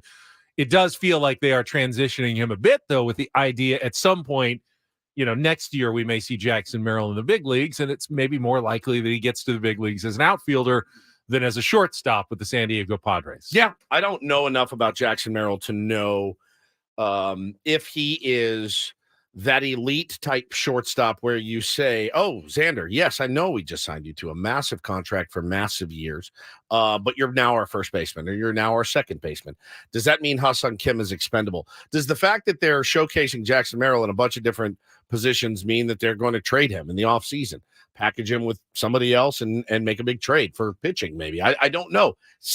All of that could happen. It makes sense. I mean, now that the Padres you have to assume every acquisition or drafted player that's an infielder is either going to get shopped or move positions, right? Right. I would imagine. I would say that that's a good point. Now that the Padres farm system has risen so fast in the rankings, you can think about trading one of your big guys, and it doesn't have to be for a superstar deadline deal. But if you want to get off-season, like controllable pitching, guys who are ready for the big leagues, you're not going to get it with, minor league flotsam and jetsam. You're going to need a premier prospect. Well, in that and maybe case, then, Jackson Merrill is being showcased for an off-season trade. But in that case, to restock the starting rotation. But if that were the case, though, I think you just keep him at shortstop because that's such an elite premier That's position. the point. Now, unless they look at him and say he's good, but he's not, so-and-so. I mean, you look at did anybody on this planet, anybody think Fernando Tatis Jr. was not going to be our shortstop till we were 60 years old, Ben? I sure as hell did. I mean, things happen, right? Things happen. I think if you're going to showcase Jackson Merrill to trade him, you leave him at the most elite position. I think. Let's go out to the phones. 833-288-0973. We got Tim up in Oceanside joining us here on 97.3 The Fan. Good morning, Tim. How have you been? Morning, gentlemen. Hey, I'm Tim. doing well. How you guys doing? Good, man. So let me ask you this. So do you think the new era of these lifelong 30-year deals, subconsciously, I'm not saying the Padre players like Manny Machado and all those guys are not as focused, but you think subconsciously you get that money and there's that sense internally of, I've made it. I'll never have to work again for the rest of my life. Sure. And I think mentally, I think it takes the edge off of some of the players. You know, it's an interesting point, and I can see it going both ways. Here's my. I would say Manny was already in pretty good shape financially last year. Yeah, he before was. this He absolutely was. So extension. he said, I'm just saying, like using him as an example.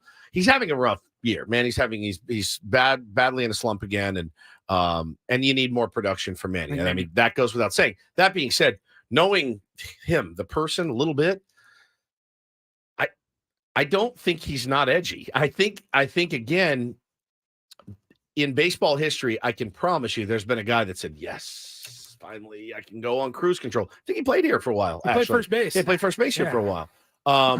I don't see that necessarily from Manny. I do feel like for Manny to get the recognition that he really wants, craves, loves, he needs to post, and he needs to post his numbers. Or you could be talking about Xander or Jake or a number of different people. And I see where Tim is coming from, but I think it's you can't. It's not going to change. It's a very complex conversation. It's very complex because even if it is true that a guy signs and subconsciously feels a little more comfortable in their situation, even though maybe they're still putting in all the work that they used to, something will mentally change. Now, absolutely. For some guys, that may make them play better. Correct. You know, a little more comfort, a little more confidence going, I don't have to worry about every single day. If I go 0 for 4, that I may be going to the minors. I may not be getting that deal that's going to change my family's life. Some people might react well to that. Everyone's going to respond according to their own personalities and own situation. So absolutely, Tim, there's guys who can sign contracts and it may mess with them maybe for a year, and maybe then they settle in and get better. Or there's a guy who still plays well for a couple of years and then loses some of that motivation and starts not playing as well. It's not a non-factor, but it's a much more complex conversation than simply, oh, he's fat and happy because he just got his contract and he's not working and he's not going to the cage anymore. It's rarely as black and white and as simple as that. Yeah, I agree with that, and it is complex, and obviously every player is different. Every player has different things that are important to them. So yeah, I mean it's a fair point. If you don't do it, if you don't bring those players along and give them those big deals, somebody's going to. Right. So the alternative is never keeping any of your star players, you're the Oakland A's, or acquiring them. Yeah. I mean, no one wants that. Yeah. But and I do think that when the Padres have made their evaluations, every time when they sign Manny, when they sign Xander, when they sign Jake to the long-term deal, they factored in a big time what they thought would be guys who it's not going to change them that much. Correct. Guys who are self-motivated, who care about winning, who care about their legacy and wanting to win World Series. Well, and also they wanted. I have always understood that perspective based on the first conversation we had with Peter Seidler, who said one of the things that's most important to him in life is continuity. Right now, people will argue and they'll say, "Well, but if you're continuously doing the same thing over and over, expecting different results, that's actually insanity." But the first time we talked to Peter, he said continuity is important to me, which is why I wasn't surprised when they went out and handed out big deals, because they evaluated who they think is going to be their core for years to come in this World Series championship window that we all thought was here. Hasn't worked yet, but it's not over. It just has not worked yet. All right, let's take one more time out. We've got some more phone calls if you want to join us in our last segment, 833-288. Love it up. 0973. Actually, though, let's clear the lines for a second because we do have a pair of Padres tickets to give away to tomorrow's game. Hopefully get that one in before the Hurricane arrives against the Diamondbacks, Game 3 of the weekend series. Tickets are available at Padres.com, but if you'd like to win a pair, be the third caller right now at 833-288-0973. Back with Flubs and the rest of our week here on 97.3 The Fan.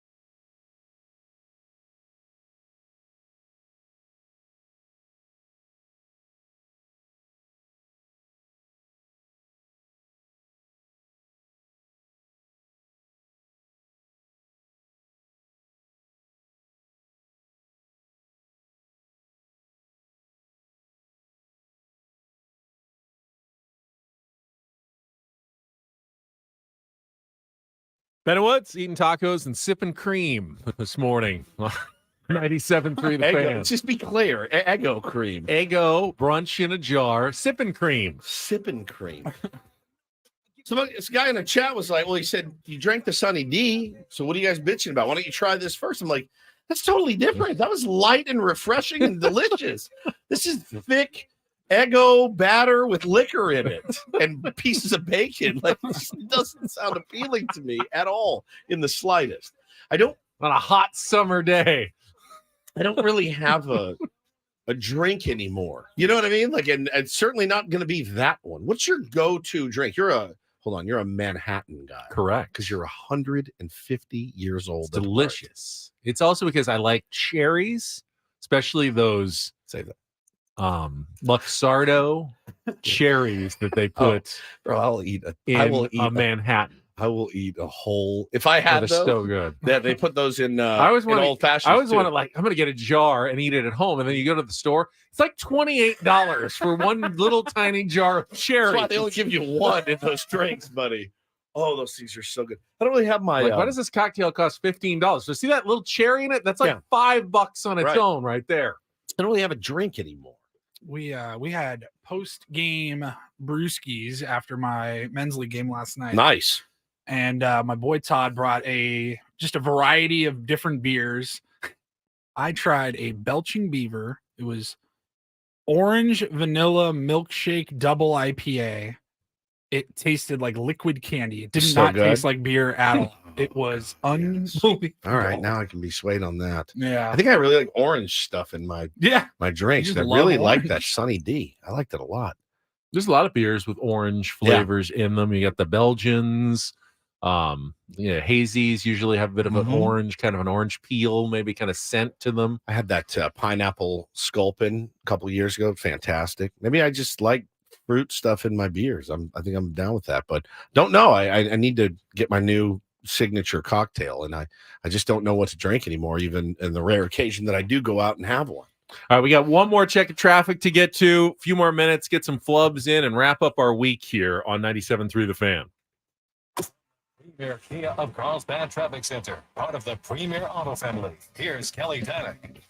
Winding down on a pretty good note here, guys. There is a collision on the coastline, though. This is South 5 before the Aliso Creek rest area. Looks like a car and big rig involved there over to the right shoulder. I'm Kelly Danick with Ben and Woods, San Diego's #1 sports station, 97.3 The Fan. And this hour on The Fan is brought to you by the Farmer's Dog. Fresh, human-grade dog food delivered right to your door. It's time to quit the kibble. Kick the cans. The Farmer's Dog makes dog food that's actually food. It's made from real meat and veggies and delivered right to your door. Get 50% off your first box of smarter, healthier pet food at thefarmersdog.com/dogdays. Well, we haven't had this discussion in a while, but it finally happened. Paulie texted us this week and said, out of the blue, It's something that we worked on, I don't know, 5 years ago. Yeah, we're doing this. Said, hey guys, it's very us. We Woodsy, just to hash this out on the air. We just got approved to do cameos. We got invited. Now we used to have fun with those a few years ago, and not so fun. I feel like they're not quite as in the consciousness as they were, but there are still celebrities that will do. We're not celebrities though, but there are celebrities who will charge, maybe hundreds of dollars, and you can pay them, and they will read like a custom message, like a birthday Ben and greeting. Woods, of course, the #1 sports radio show in San Diego. Keep dominating the competition, and the NFL needs to bring football back to San Diego. What the kind of bullshit is that? The Los Angeles Chargers? Get the out of here. The Chargers belong in San Diego. Listen to Ben and Woods' #1 sports radio morning show in all of San Diego. No, you're not wrong. Now I'm looking at the thing. I haven't checked Cameo in literally years. Now you can get Johnny Sack from The Sopranos. I'm all right. I'm back in. All right. If he's gonna do it, I'll do it. You can get Newman from Seinfeld. Here's Dean Norris from Breaking Bad. Shooter McGavin. We've interviewed both of them. We've interviewed both of those guys. Brian Cox from Succession. $689 to get. Wow. I mean, if I had an extra.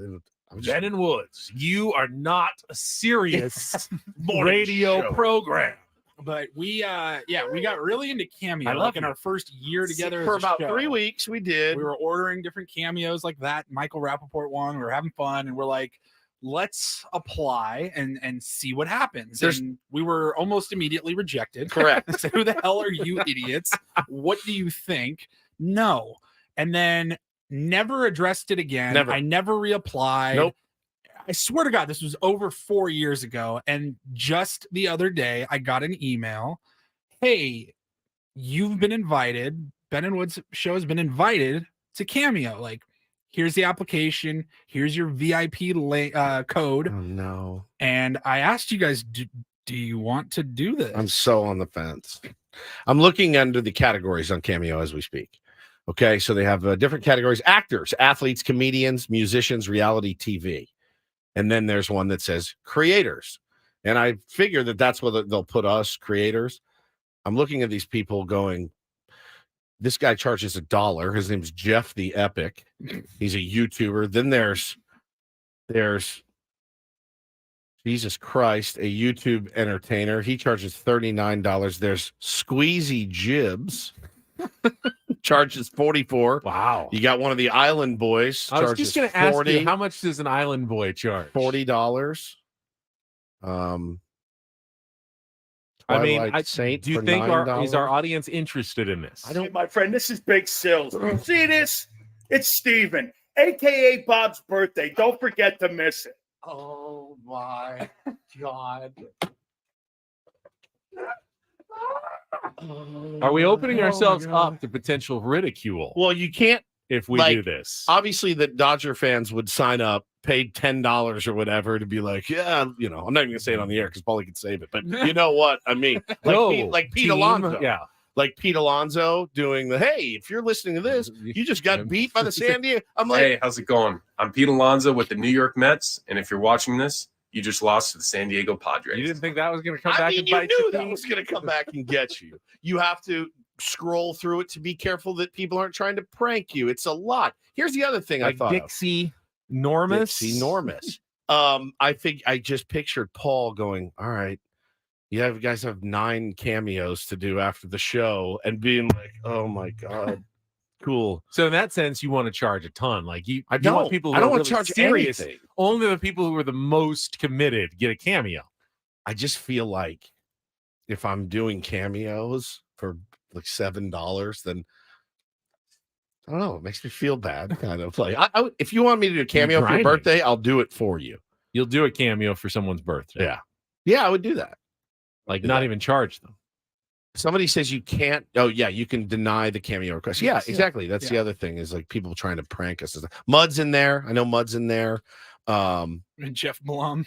Jeff Blum was great. We used Jeff Blum for a show apology. Yeah, at one we point. did. That was That's good. another one. Cameo that Yeah. we We can charge $9.73. We could also charge $69, which would be That's probably where I'm at.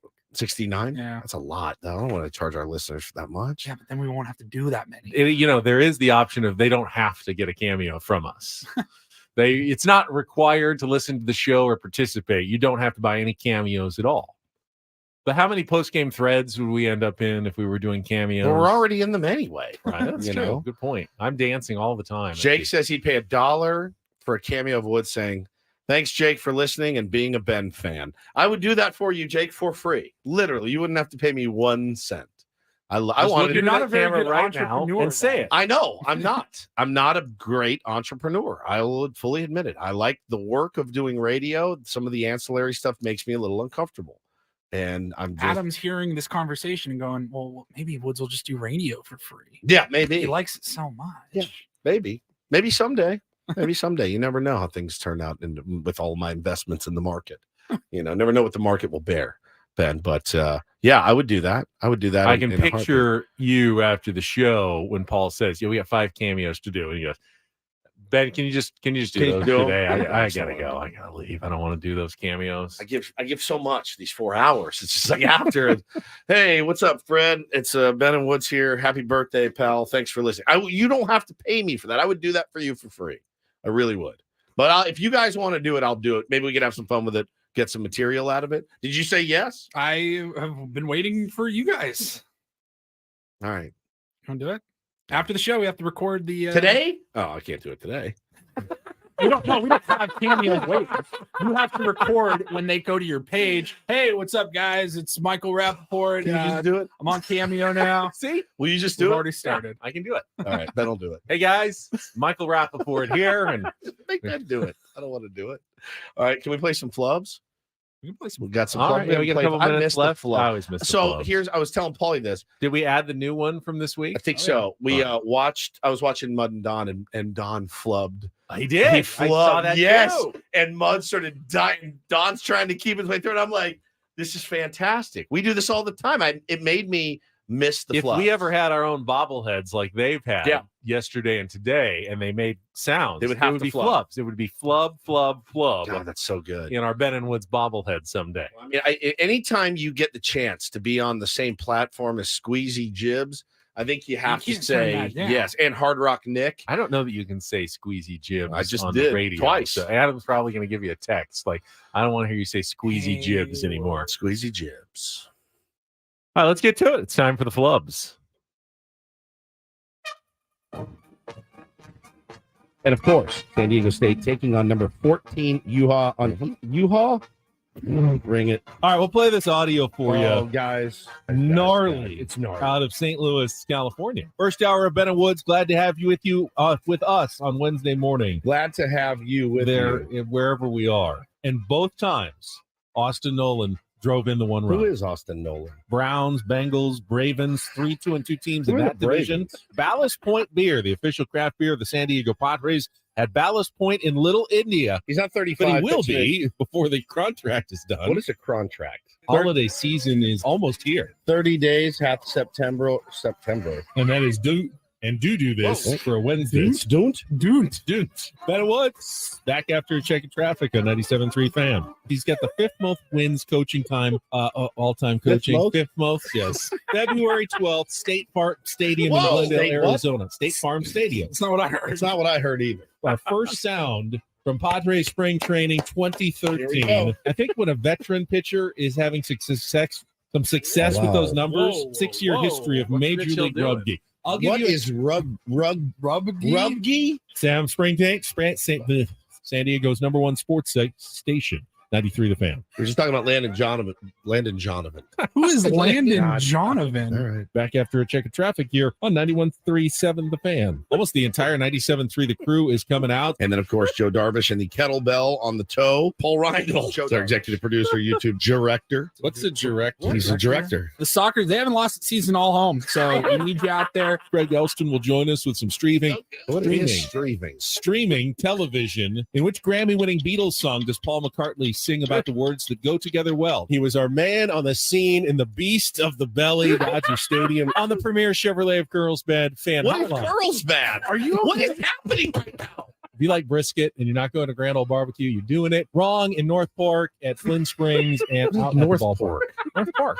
97.3 The Fan. Paul's got some really good audio coming up in the Reindl Report as well from Gabe Kapler, manager of the Giants, that you won't want to stay tuned for. That's a club. You Paul. won't want to stay tuned. Then I would say you won't want to stay tuned for the Reindl Report. Whatever would make you think that that's not exactly what I meant to say. Carlsbad. Carlsbad murders me. Carlsbad. What? He flubbed like twice in 10 But seconds. you were a native. Yeah, Carlsbad. What always gets me is how many times I can't say 97.3 The Fan. 91, 357, 97 The Crew, 93 The Fan, His 97.3 Fan. sneaky great one is our man on the scene in the Beast of the Belly. Like trying to be all like sportscaster. The Beast of the Belly. Oh, it's fantastic. I really, really missed the flubs, and it's just such a part of who we are. So yeah, Mud was sniggling so bad when Don, I can't remember what he said, but he flubbed a word in the middle of the read and then just tried to plow through it. Mud, you can tell Mud gave him the little look like, oh, really? So good. I'm very much the Don, and Very you're much. very much the Mud Very of our much. twosome as well. That's we have right. a similar dynamic to those On guys. the for premier sure. Chevrolet of Carlsbad fan hotline. Carlsbad. Kills me. You pass through Carlsbad on your way up to Homestay Tacos in Oceanside. 97.3 The Fan. The Fan. Oh, my Lord, man. What a week. What a week. So good. All right. So, tonight. Win. Tomorrow. Win. Sunday. You're off. Rain out. Yeah. I guess that's Real quick, do we have a $10 bet for the weekend? No, we've stopped doing $10 bets. I don't we know haven't why. done any in a while. You're up 10. 1.5 wins for the Padres this weekend. This weekend? Friday, Saturday, and Sunday, knowing maybe no Sunday game. They got to win 2. Yeah. All right, I'll take it. I'll Over? take the over. Yeah. Okay, you All got right. the over for $10. We'll put it on the board, and we will be back on Monday morning at 6 a.m. I hope. Everybody Well, be yeah. safe this weekend. You'll hear. We'll let Figure you it know somehow. We'll find a way to get on the air. Yeah. At the very worst. Ben will take the equipment and then Yes. not come on the air Yes. like his vacation to Catalina. But maybe we'll have a captive audience. Everyone will just be At stuck home. listening to us all Monday morning. Could we do a YouTube show? We could if we had to. Maybe we can connect that to get over the air through Somehow, YouTube. yeah. I don't know. yeah. We'll I like our something out. emergency preparation. I like that we act like it's going to be in tatters. We have no idea. It could look like this on Sunday. The for all we know. sixth floor. I mean, this building may not even be here on Monday morning. It's so true. All right, that's it for Love today. you guys. Coach Braden coming up next. Have a great weekend. For executive producer and director Paul Reindl, for Stephen Woods, I'm Ben Higgins. Have a great weekend on San Diego's #1 sports station, 97.3 The Fan.